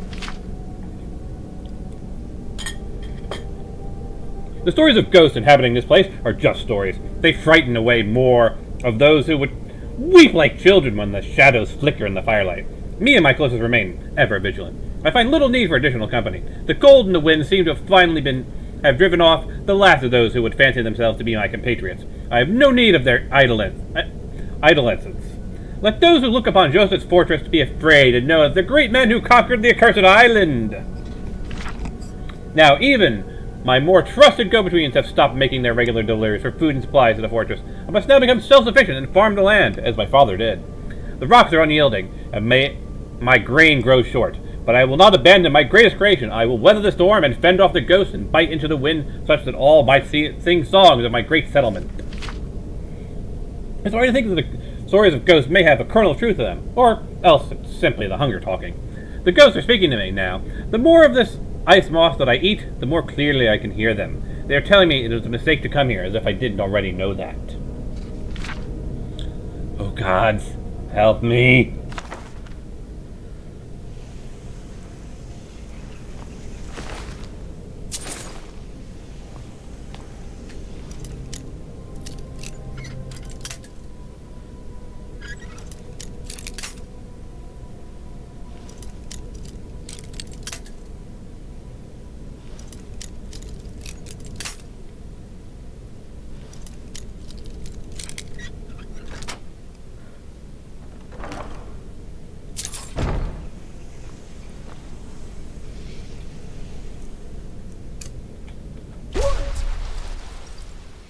Expert lock foils me, I resort to shouting. Master lock, get it in 3.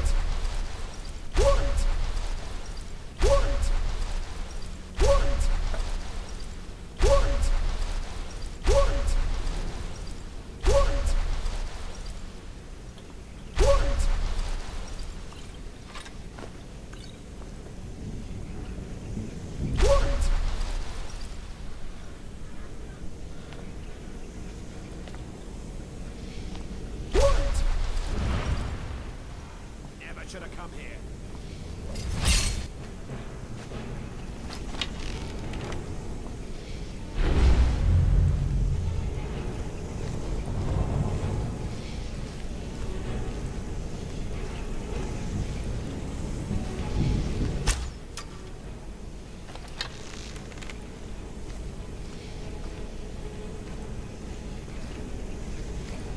Can't hide from me.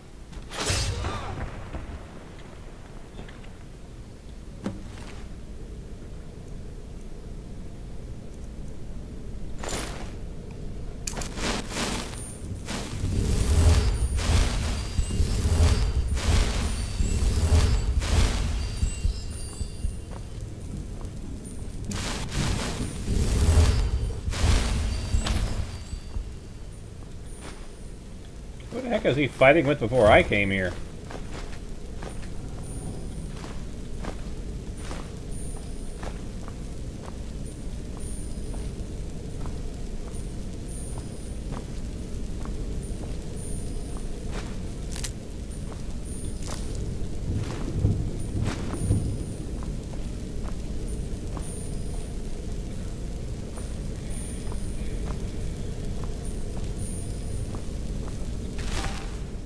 Might as well.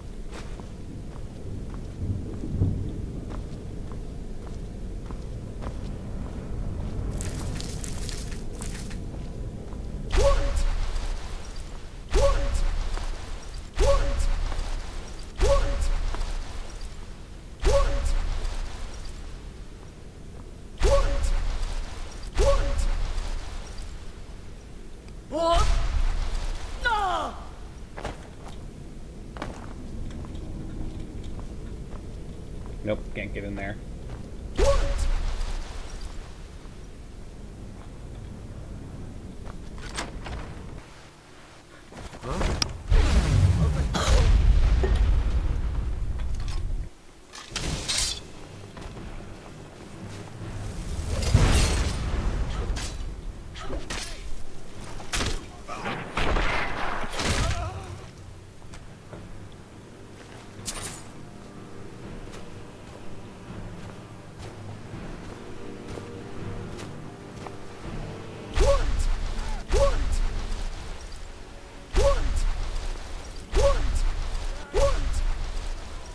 Okay, nothing over here to loot.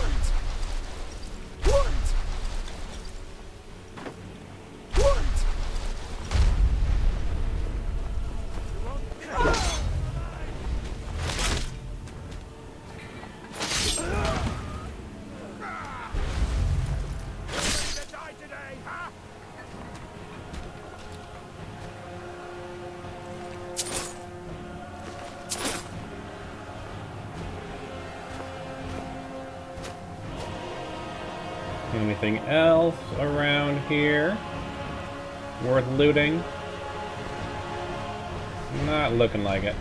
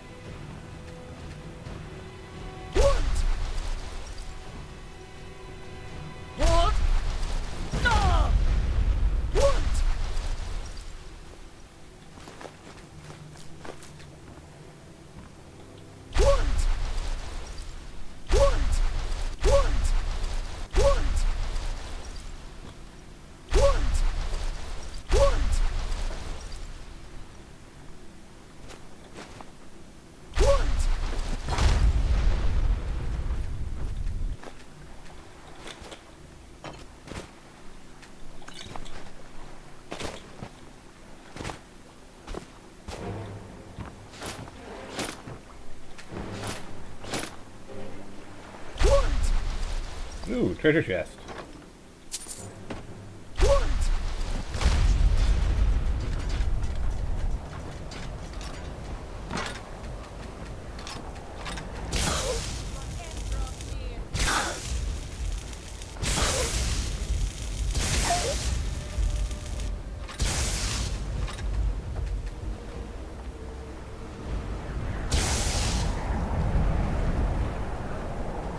The heck? Crap.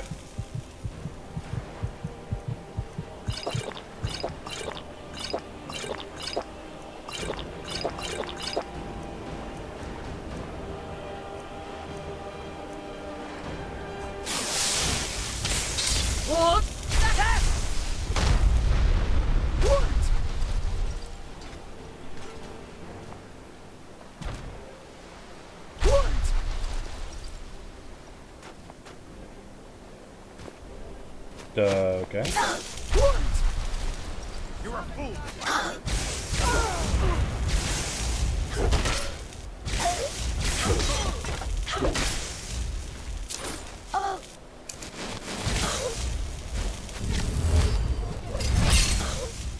That's not good.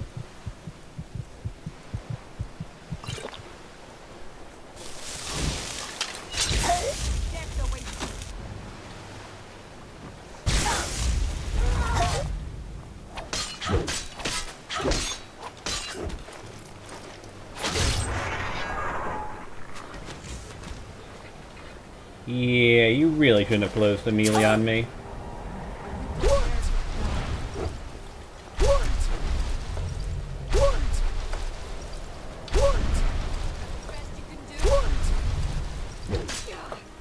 No, not even close to the best Khajiit can do.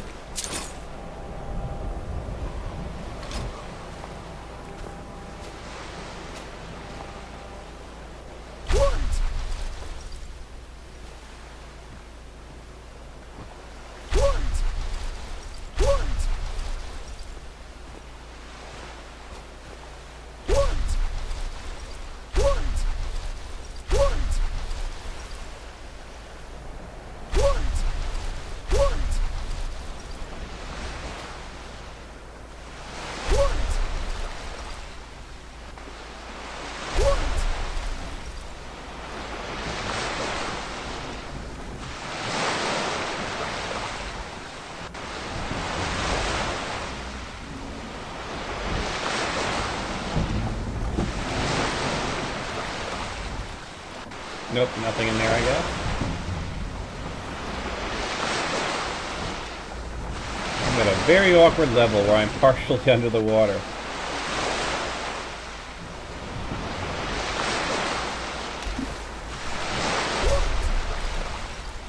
And I'm stuck.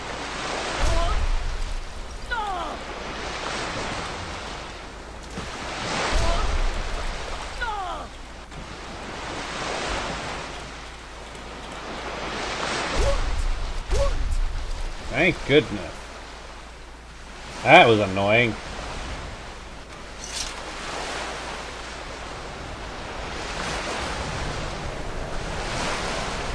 There you are. Hyldin is Impressive dead. work. We started the attack once you made the fog scamper away. Hope you didn't catch any of the fire. You can head back whenever you're set. They're celebrating you down. Are you ready to go? All aboard!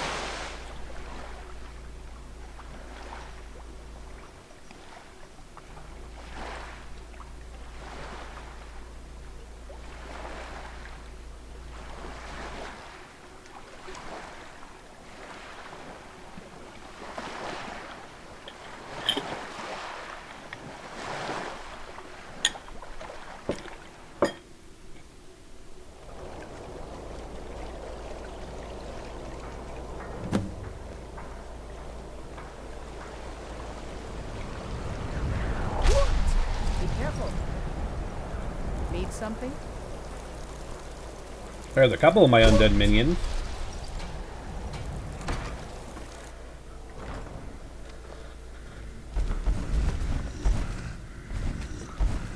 We're so grateful for your help. The pirate haven has been destroyed. I can't express how much easier you've made my job. Maybe Adeliza will finally ease up, but I expect she won't. Ah yes, your pay. The company thanks you for your services. Should we ever be able to help you, stop by.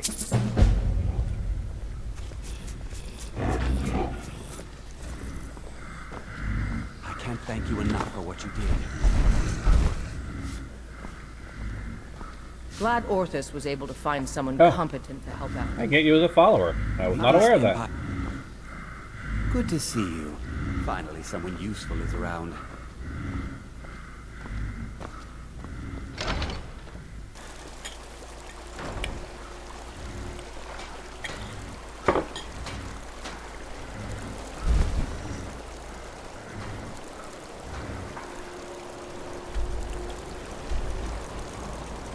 Now.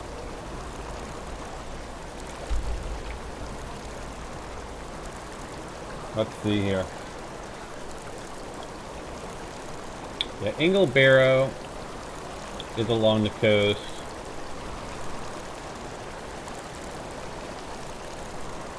And Raldbathar is actually more south.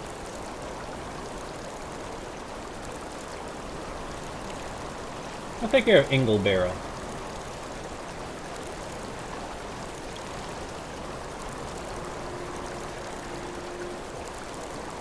And I think after Inglebarrow, we'll call it there.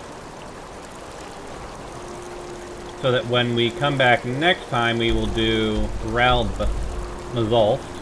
Not there. Mazulft. Lost Knife Hideout. The Goldar Amulet there.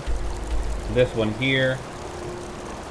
And then make our way all the way back in. We'll have all the Ethereum shards and investigate the ruins. I forget something else. Oh yeah, I haven't returned the crown, but I'll hold on to the crown for now.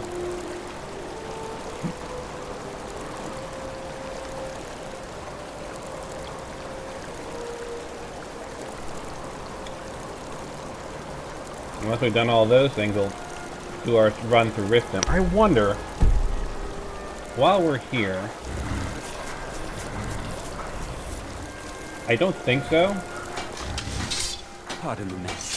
We're really trying to do better. Aww. Sands and Shadows got killed by something.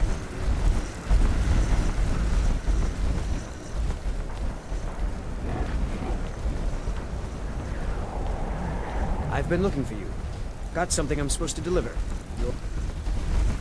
I've got a letter and a looks like that's it. Got to go. Am I getting an inheritance letter from Stands and Shadows?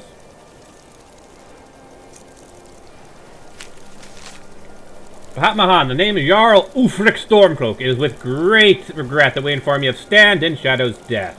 The cease beats upon you the measure of an inheritance in the amount of 100 gold. The Jarl has accorded levied an amount of 10 gold pieces from the sum as a lawful and honorably due tax. The remainder has been commanded unto the care of a trusted courier for deliverance.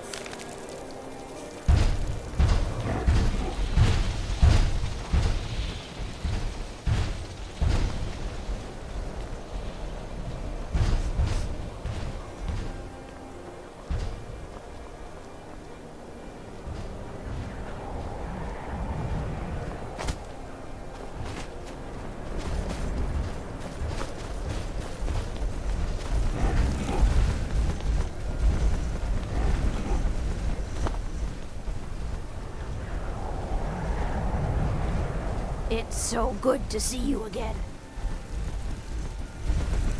Oh, thank you. Up to no good, are we? I'll teach you, but it'll cost you. I got more than enough gold, yeah, sure.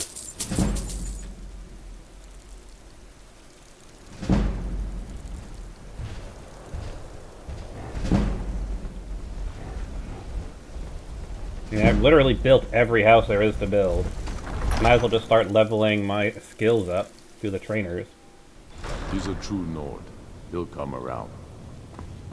Don't be so sure of that. We've intercepted couriers. Yes? Make it quick. I'm a busy man. How goes the war? I'm not sure why Tullius is wasting his time trying to take Winterhold from us. But if he wants to throw his men away, I'll gladly accept that gift.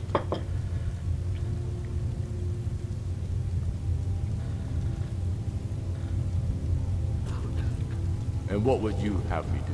I'm not much of a strategist, but Lord Ulfric listens to my counsel always. Yep, I cannot become the Jarl. I cannot become the Thane of this fold. How long are you? Not until we end the Civil War.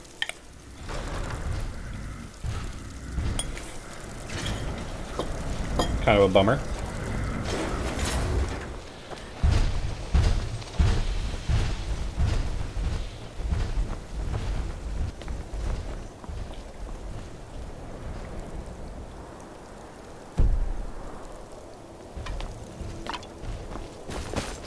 Nope. Sorry.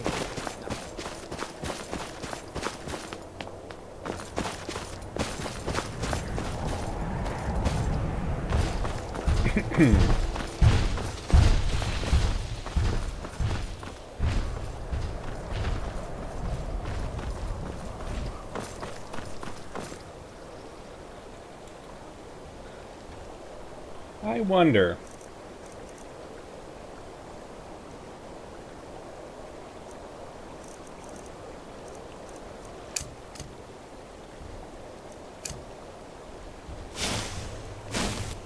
Wait, I know you.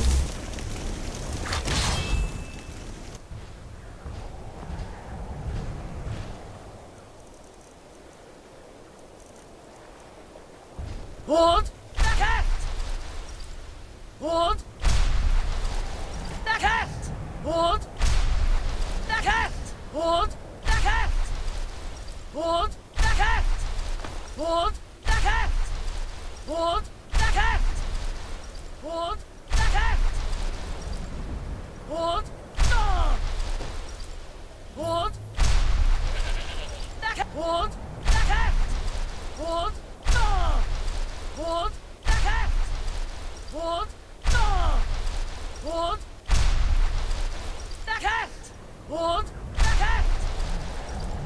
Hold! Cast! Hold! Cast!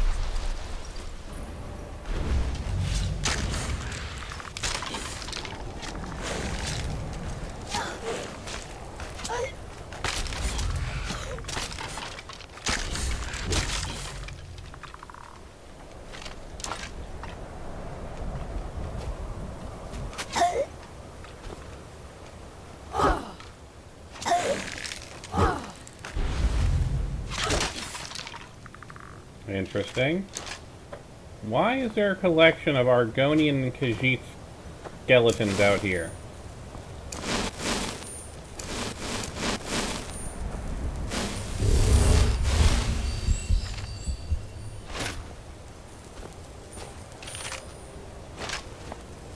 Actually, aren't they all? I think they're all Argonian skeletons.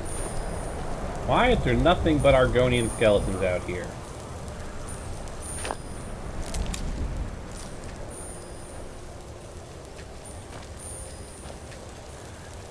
Ingle in the Sea of Ghosts. How long is this? Okay, not long.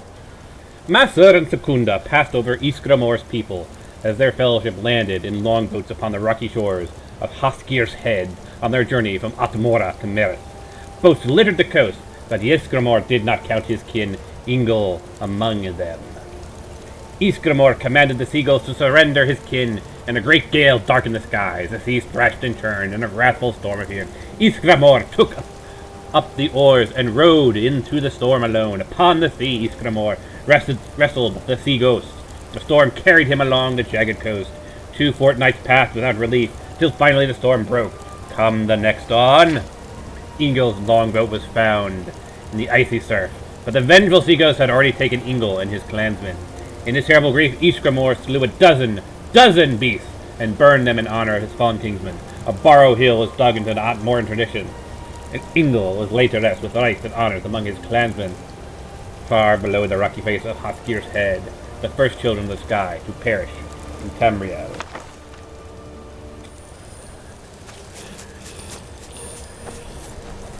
Interesting. What are we gonna find in here?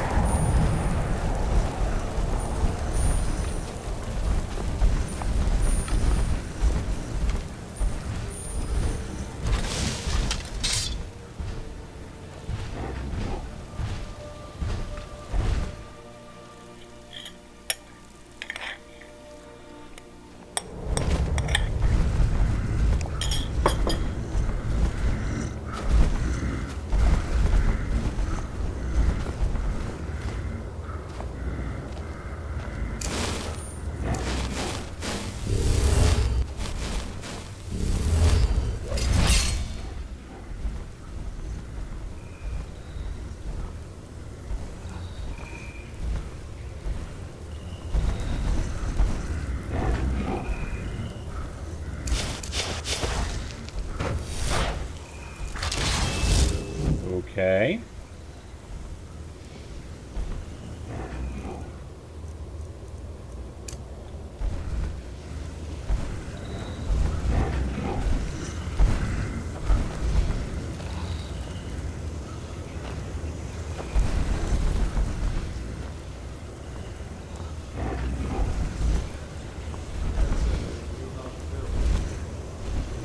You know, it probably is.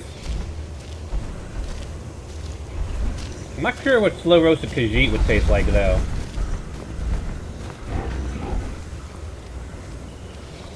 So there is a bunch of little wisps around the ground, leading us onward. Curiouser and curiouser.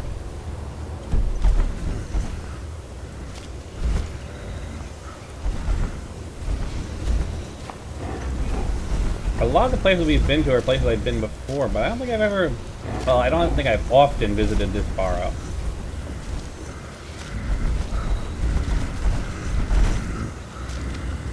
So I don't quite remember the details of this Barrow, but the silence and all the little wisps bouncing around the floor and making their little musical notes got me curious.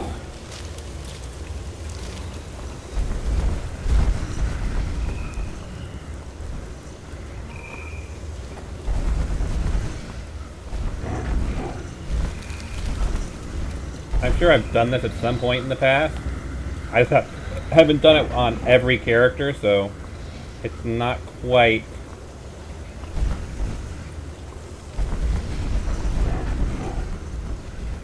something I remember in detail.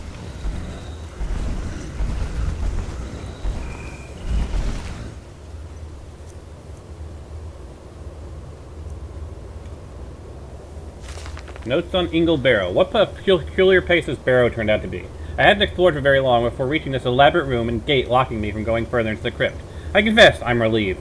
This place puts the fear of oblivion into me. There are some carvings in this room. I'll attempt to transcribe them for the college so I have something to show for the effort.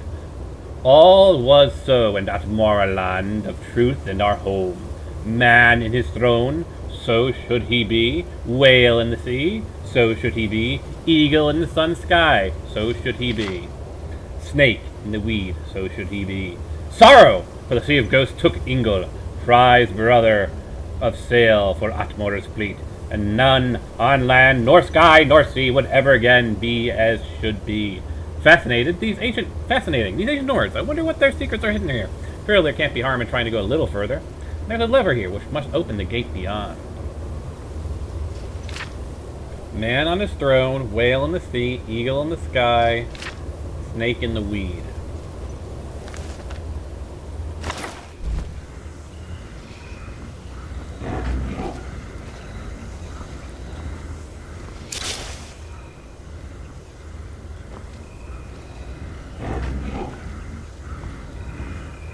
Well, that's got water coming down, so I'm going to assume for this one we need whale in the sea.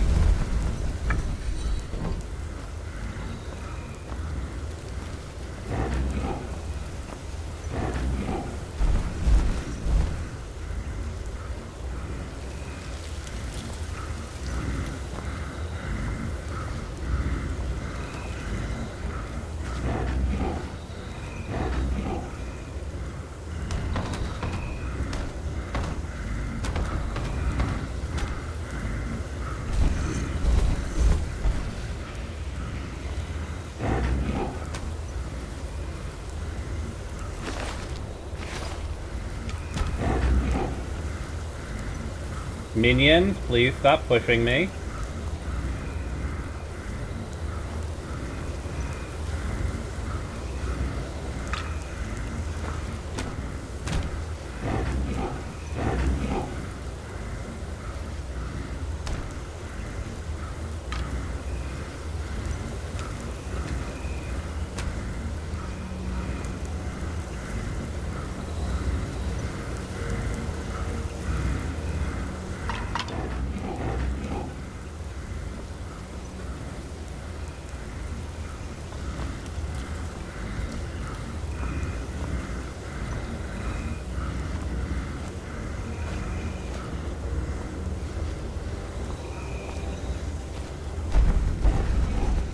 So now you're giving me the idea to put Argonian meat on Argonian NPCs, so you can actually make slow roasted Argonian.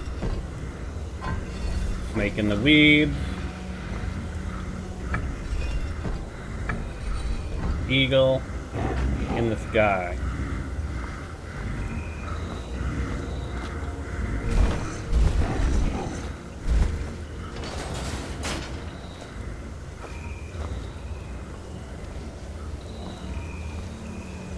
Flamethrower trap. That would close it behind me.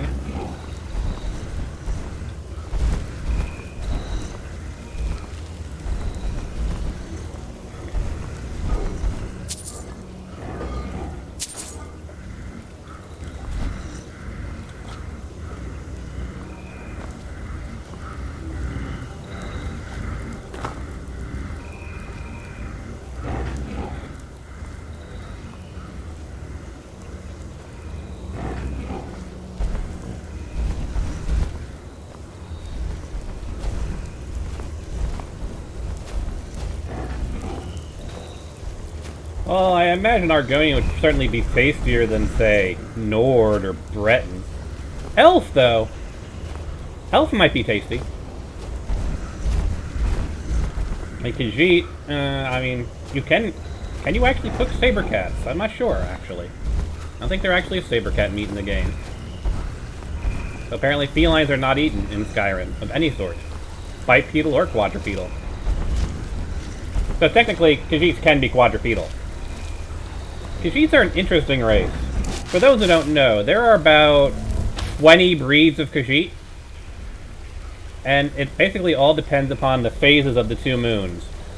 Depending on the phase of the two moons that are in the sky, Masad and Skakunda, you know, their various phases, will determine whether a Khajiit is born, you know, with digigrade legs, with platygrade legs, on 2 legs, on 4 legs, whether they have hair, whether they don't have hair, whether they're, you know, the size of a house cat and bipedal, or size of a house cat and quadrupedal, or the size of a saber cat. Yeah.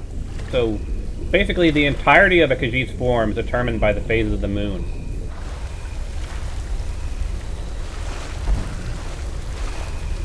Which is why some time ago, I think during the 3rd era, we're in the 4th era for Skyrim by the way, at one point the moons vanished from the sky completely.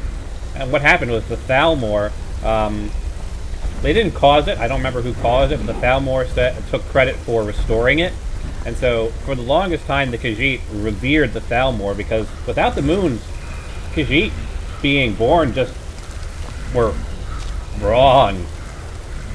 I don't know what it did to them, but it did some nasty stuff to them, because it literally, they had no way of having their physical bodies they had no way for their physical bodies to take shape without the moons.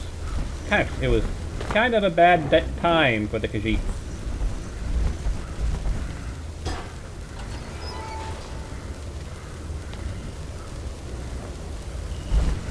Which is why in Elder Scrolls Online, the Khajiits are allied with Thalmor.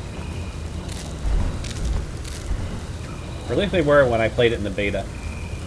Because, you know, the Khajiits actually owed their survival, or believed they owed their survival, to the Thalmor.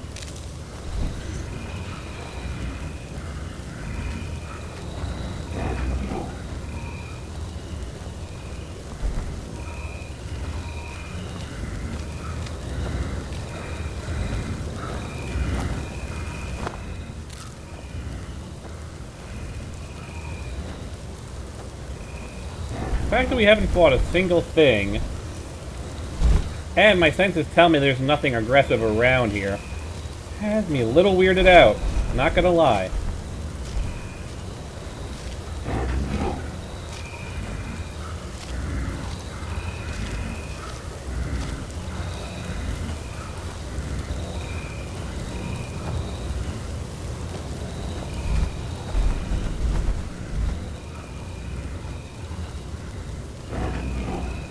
This place is eerily quiet.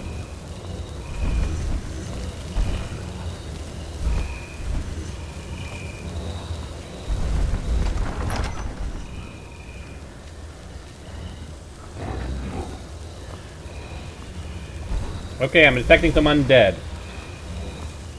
Strangely, that's making me feel a little bit more comfortable.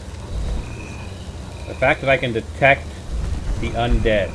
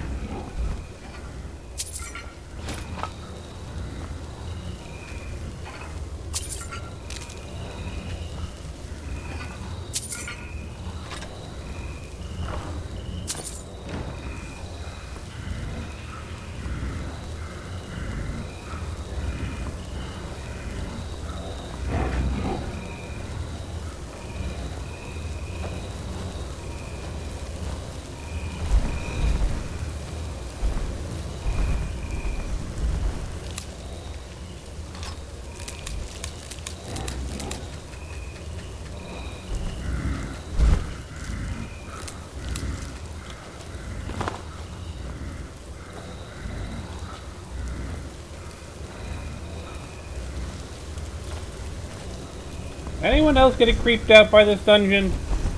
It's way too quiet.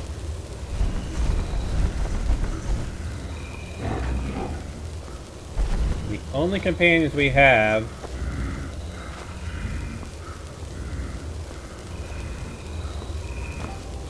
are all these sprites.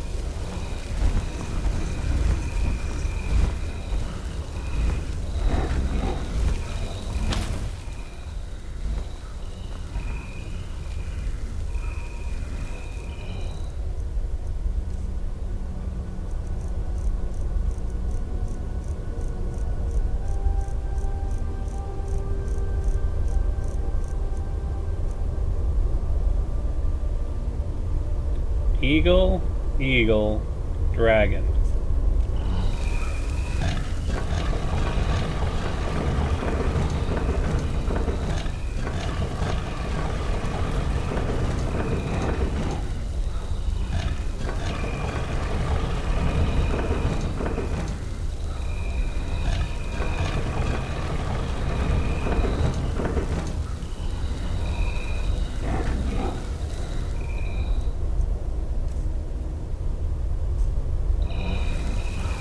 I don't have the coral dragon claw. Seriously? Okay, that's trippy. I know I have the coral dragon claw. I'm pretty sure I have the coral dragon claw.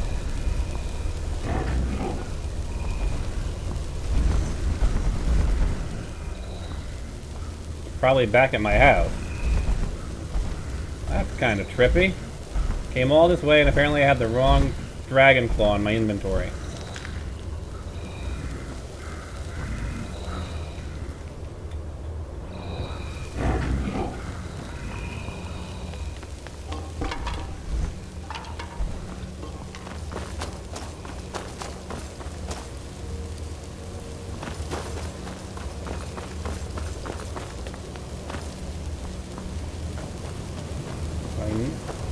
We were told to go here. Well, I must have the right dragon claw.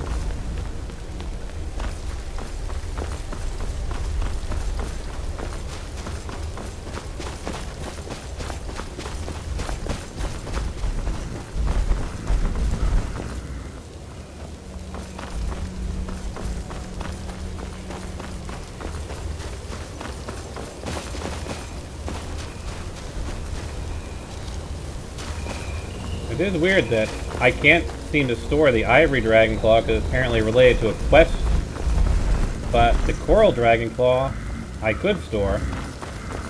That is weird.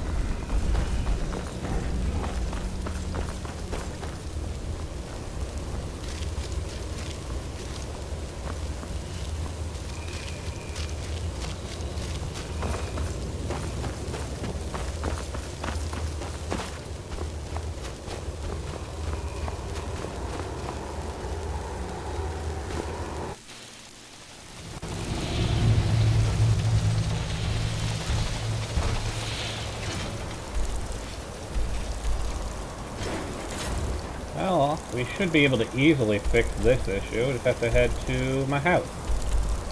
Ajalmarch Hall.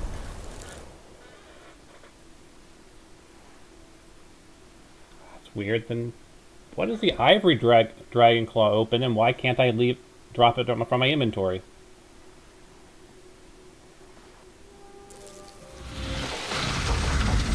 And why could I actually store the coral dragon claw?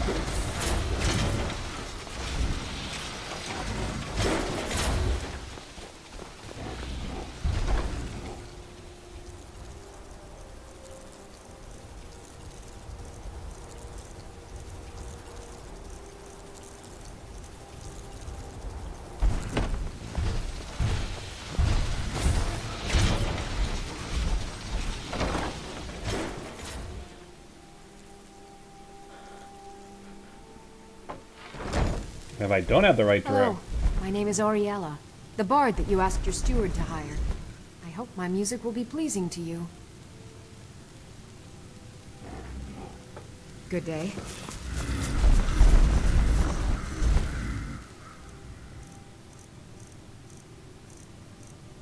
Yeah, there it is, coral dragon claw.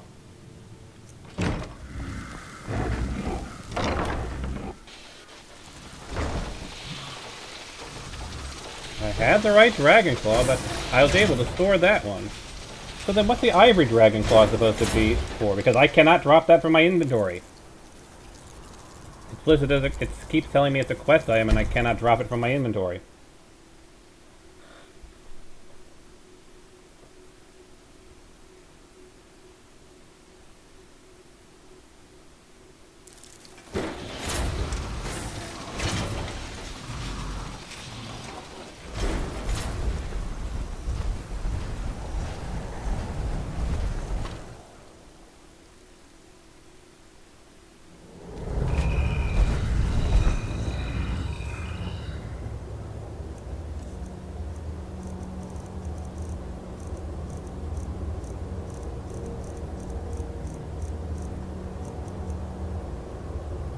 This is what I was talking about, the other Dragon Claws. Like, I get what the mod author was going for, to make them kind of look like they're made out of scales. Just not a big fan of this particular rough design.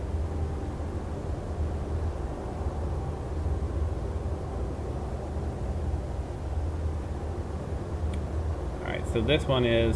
Hang it, let me see... Snake, wolf, butterfly.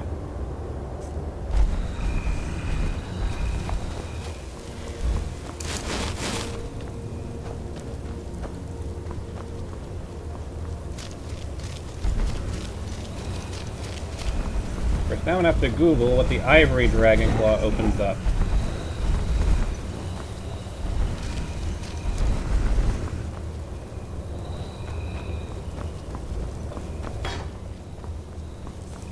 So I can do that, just so I can get it out of my inventory.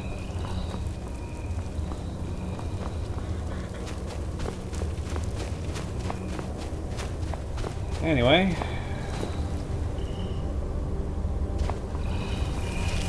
Despite our little detour there, we now have the proper Dragon Claw.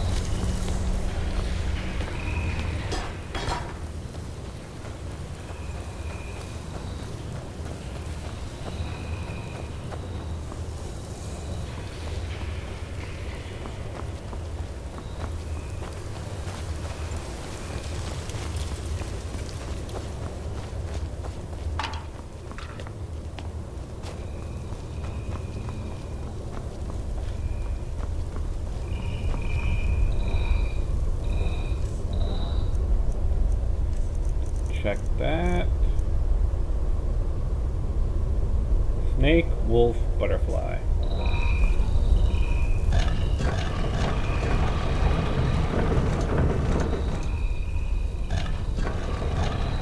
And I have changed it to the wrong one. Haven't I?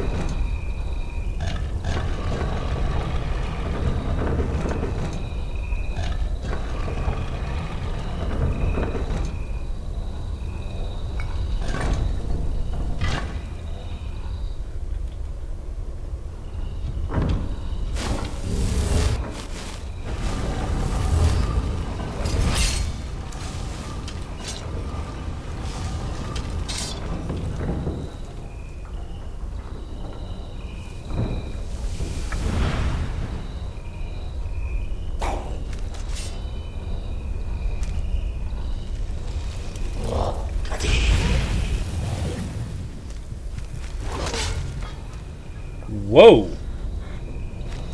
This guy is no joke.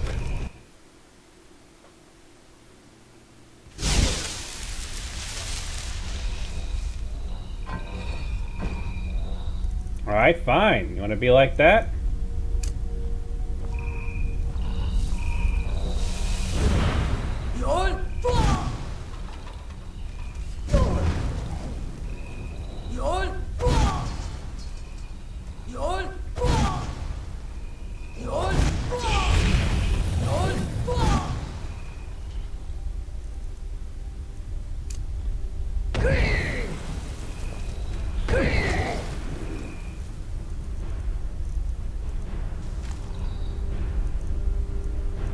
Ooh, Ice Worm. That's a good one.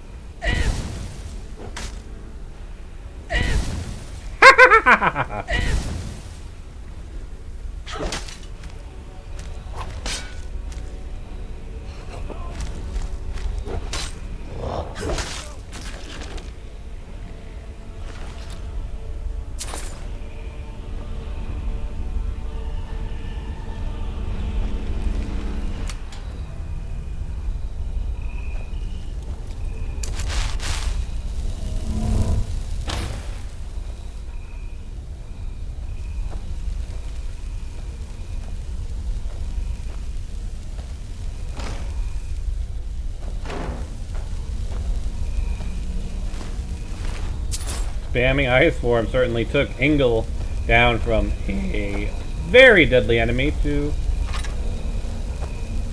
mildly annoying. That's a valid point. Actually, can I? Because typically you can't raise ghosts because, you know, ghosts turn into a puddle of goo. And yet, he has a physical form.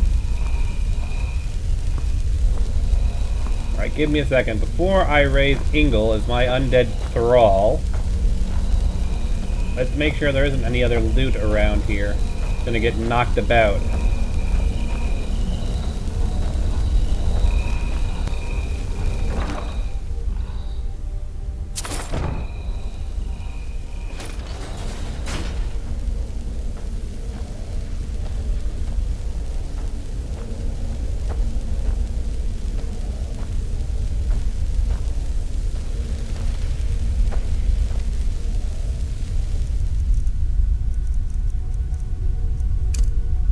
Rise, my minion! Rise!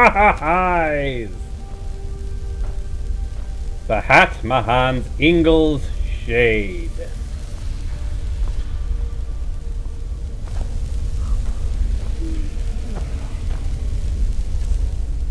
Yeah, we got Ingle's Helm, was it?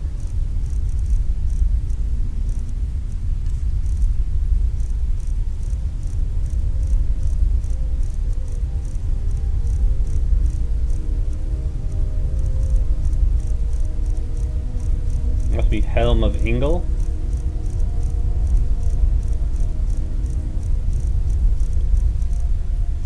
Helm of Yingle. Frost resistance by 30. Feels like that should be a little bit beefier. But we can deal with that in the future. Just have to figure out what we want to do to beef that up.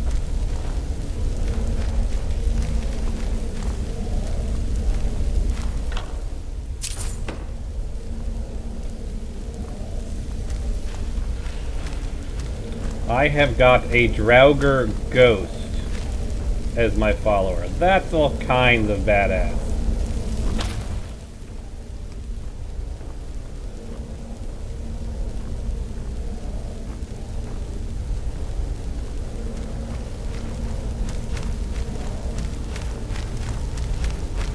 We may have lost our Chendor, but I think we found a good replacement.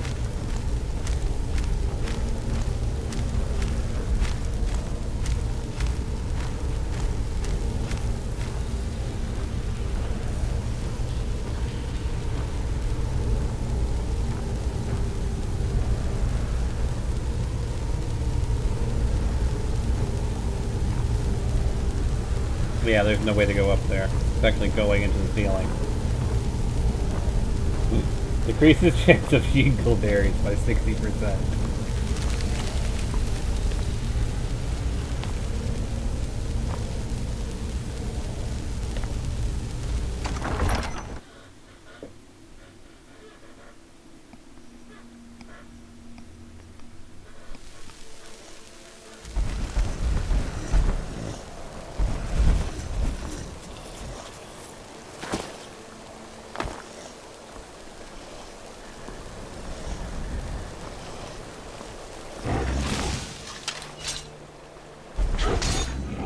Frostal, still pretty tough. Ingle. Oh yeah, you are definitely tough enough to stay. Frostral, maybe... Warmonger. No.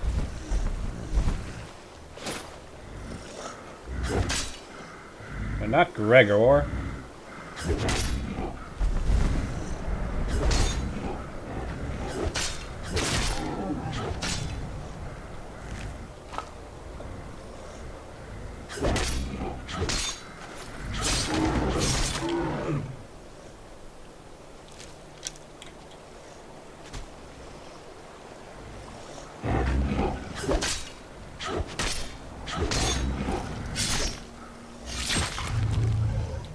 The reason I'm killing these frost trolls is because they pretty much can't follow me anywhere. There's no point in having them if they can't follow me anywhere. Yingle should be able to follow me everywhere.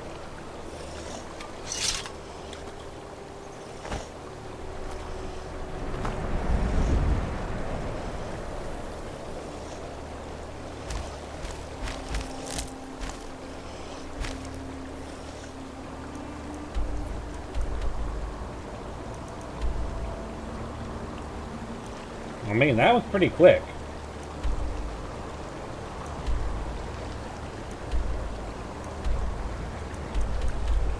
The gold or egg amulet fragment will probably take a bit of time. The Zolf will probably take a bit of time.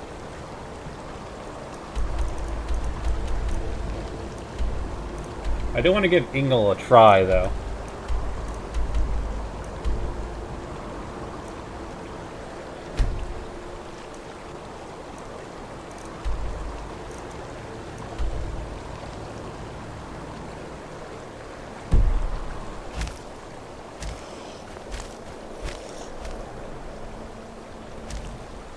No.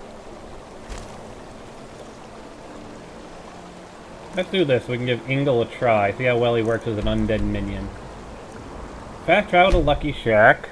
Go to the Silver Hand hideout so we can see the Silver Hand equipment that I modded in a while back. And we'll see how well he actually works as an undead minion.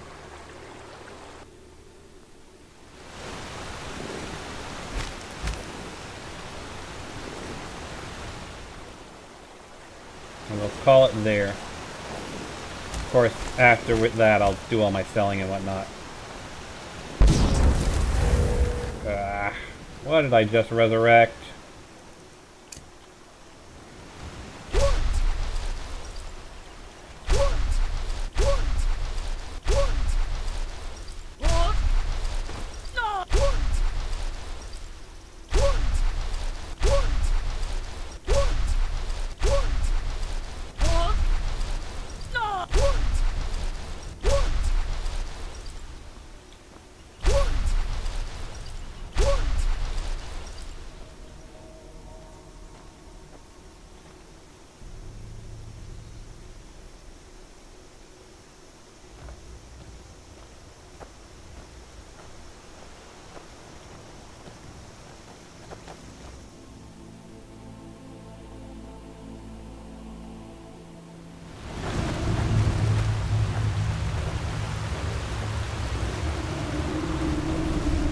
Now there's Ingle's Shade.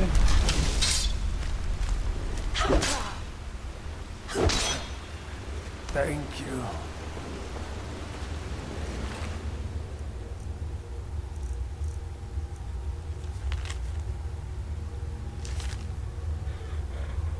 We're gonna have to do a treasure hunt soon, because I now have 3 treasure maps.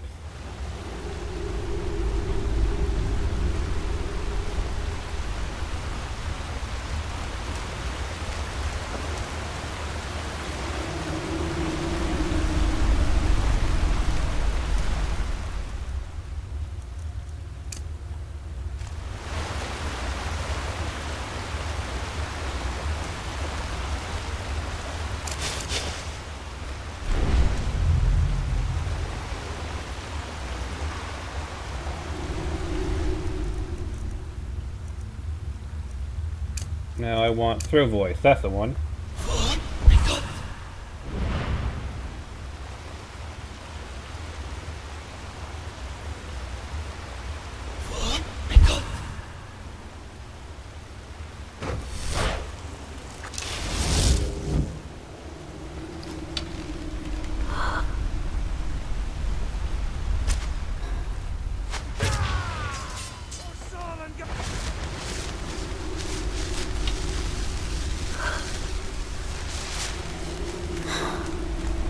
Go after him, Mingle. Let's see what you can do.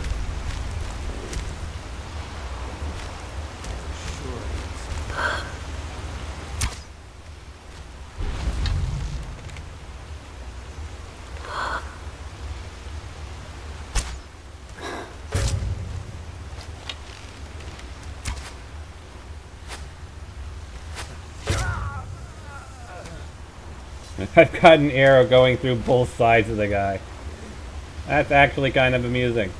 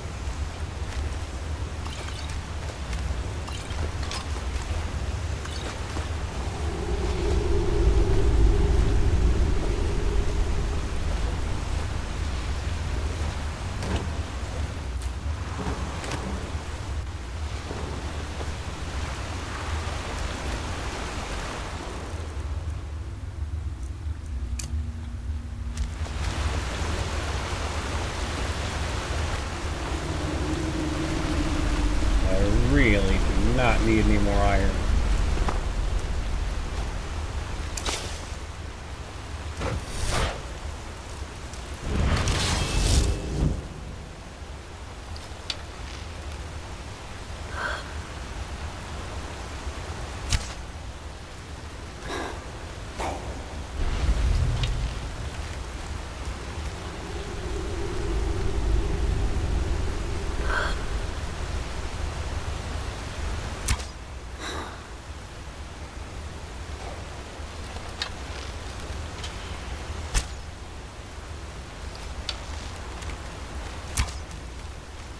Get him, Ingle!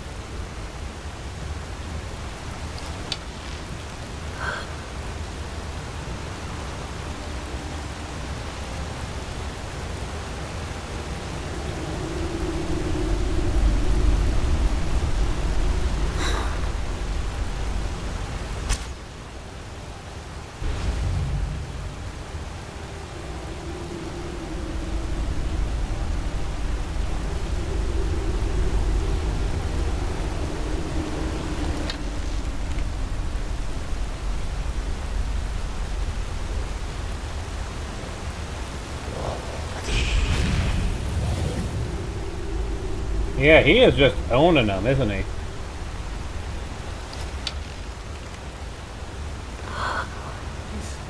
That's impressive.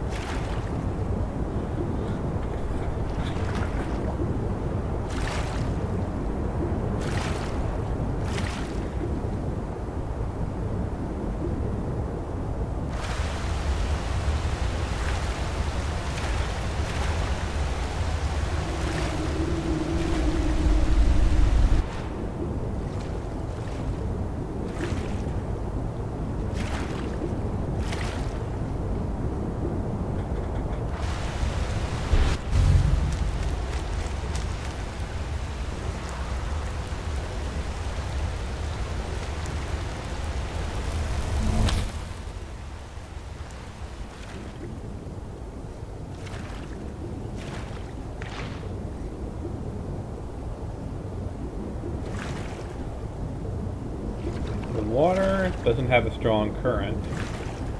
So where the heck is the guy that Ingalls killed in the water?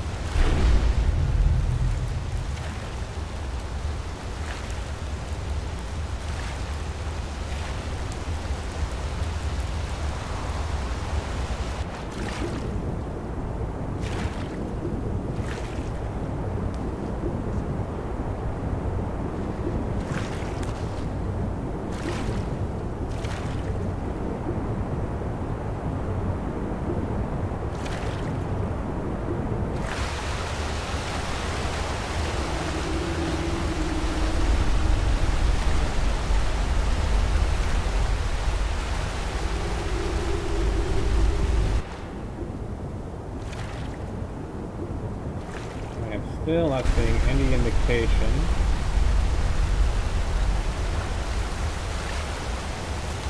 Where that body floated off to.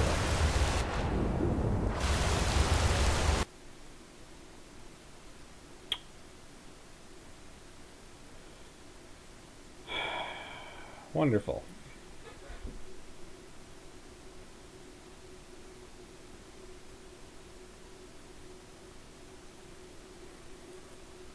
Well, we have been going for 3 hours. Might as well call it here. When we pick up next time, we will clear this borrow. Off camera, I'll do all my selling, and thus I will not be over encumbered next time. For however many seconds that will last. And, yeah. I guess we'll just do the things in this area. We'll do this one. We'll do the 2 dungeons. And then we'll go and head off to the Ethereum place. Alrighty, folks. Peace out.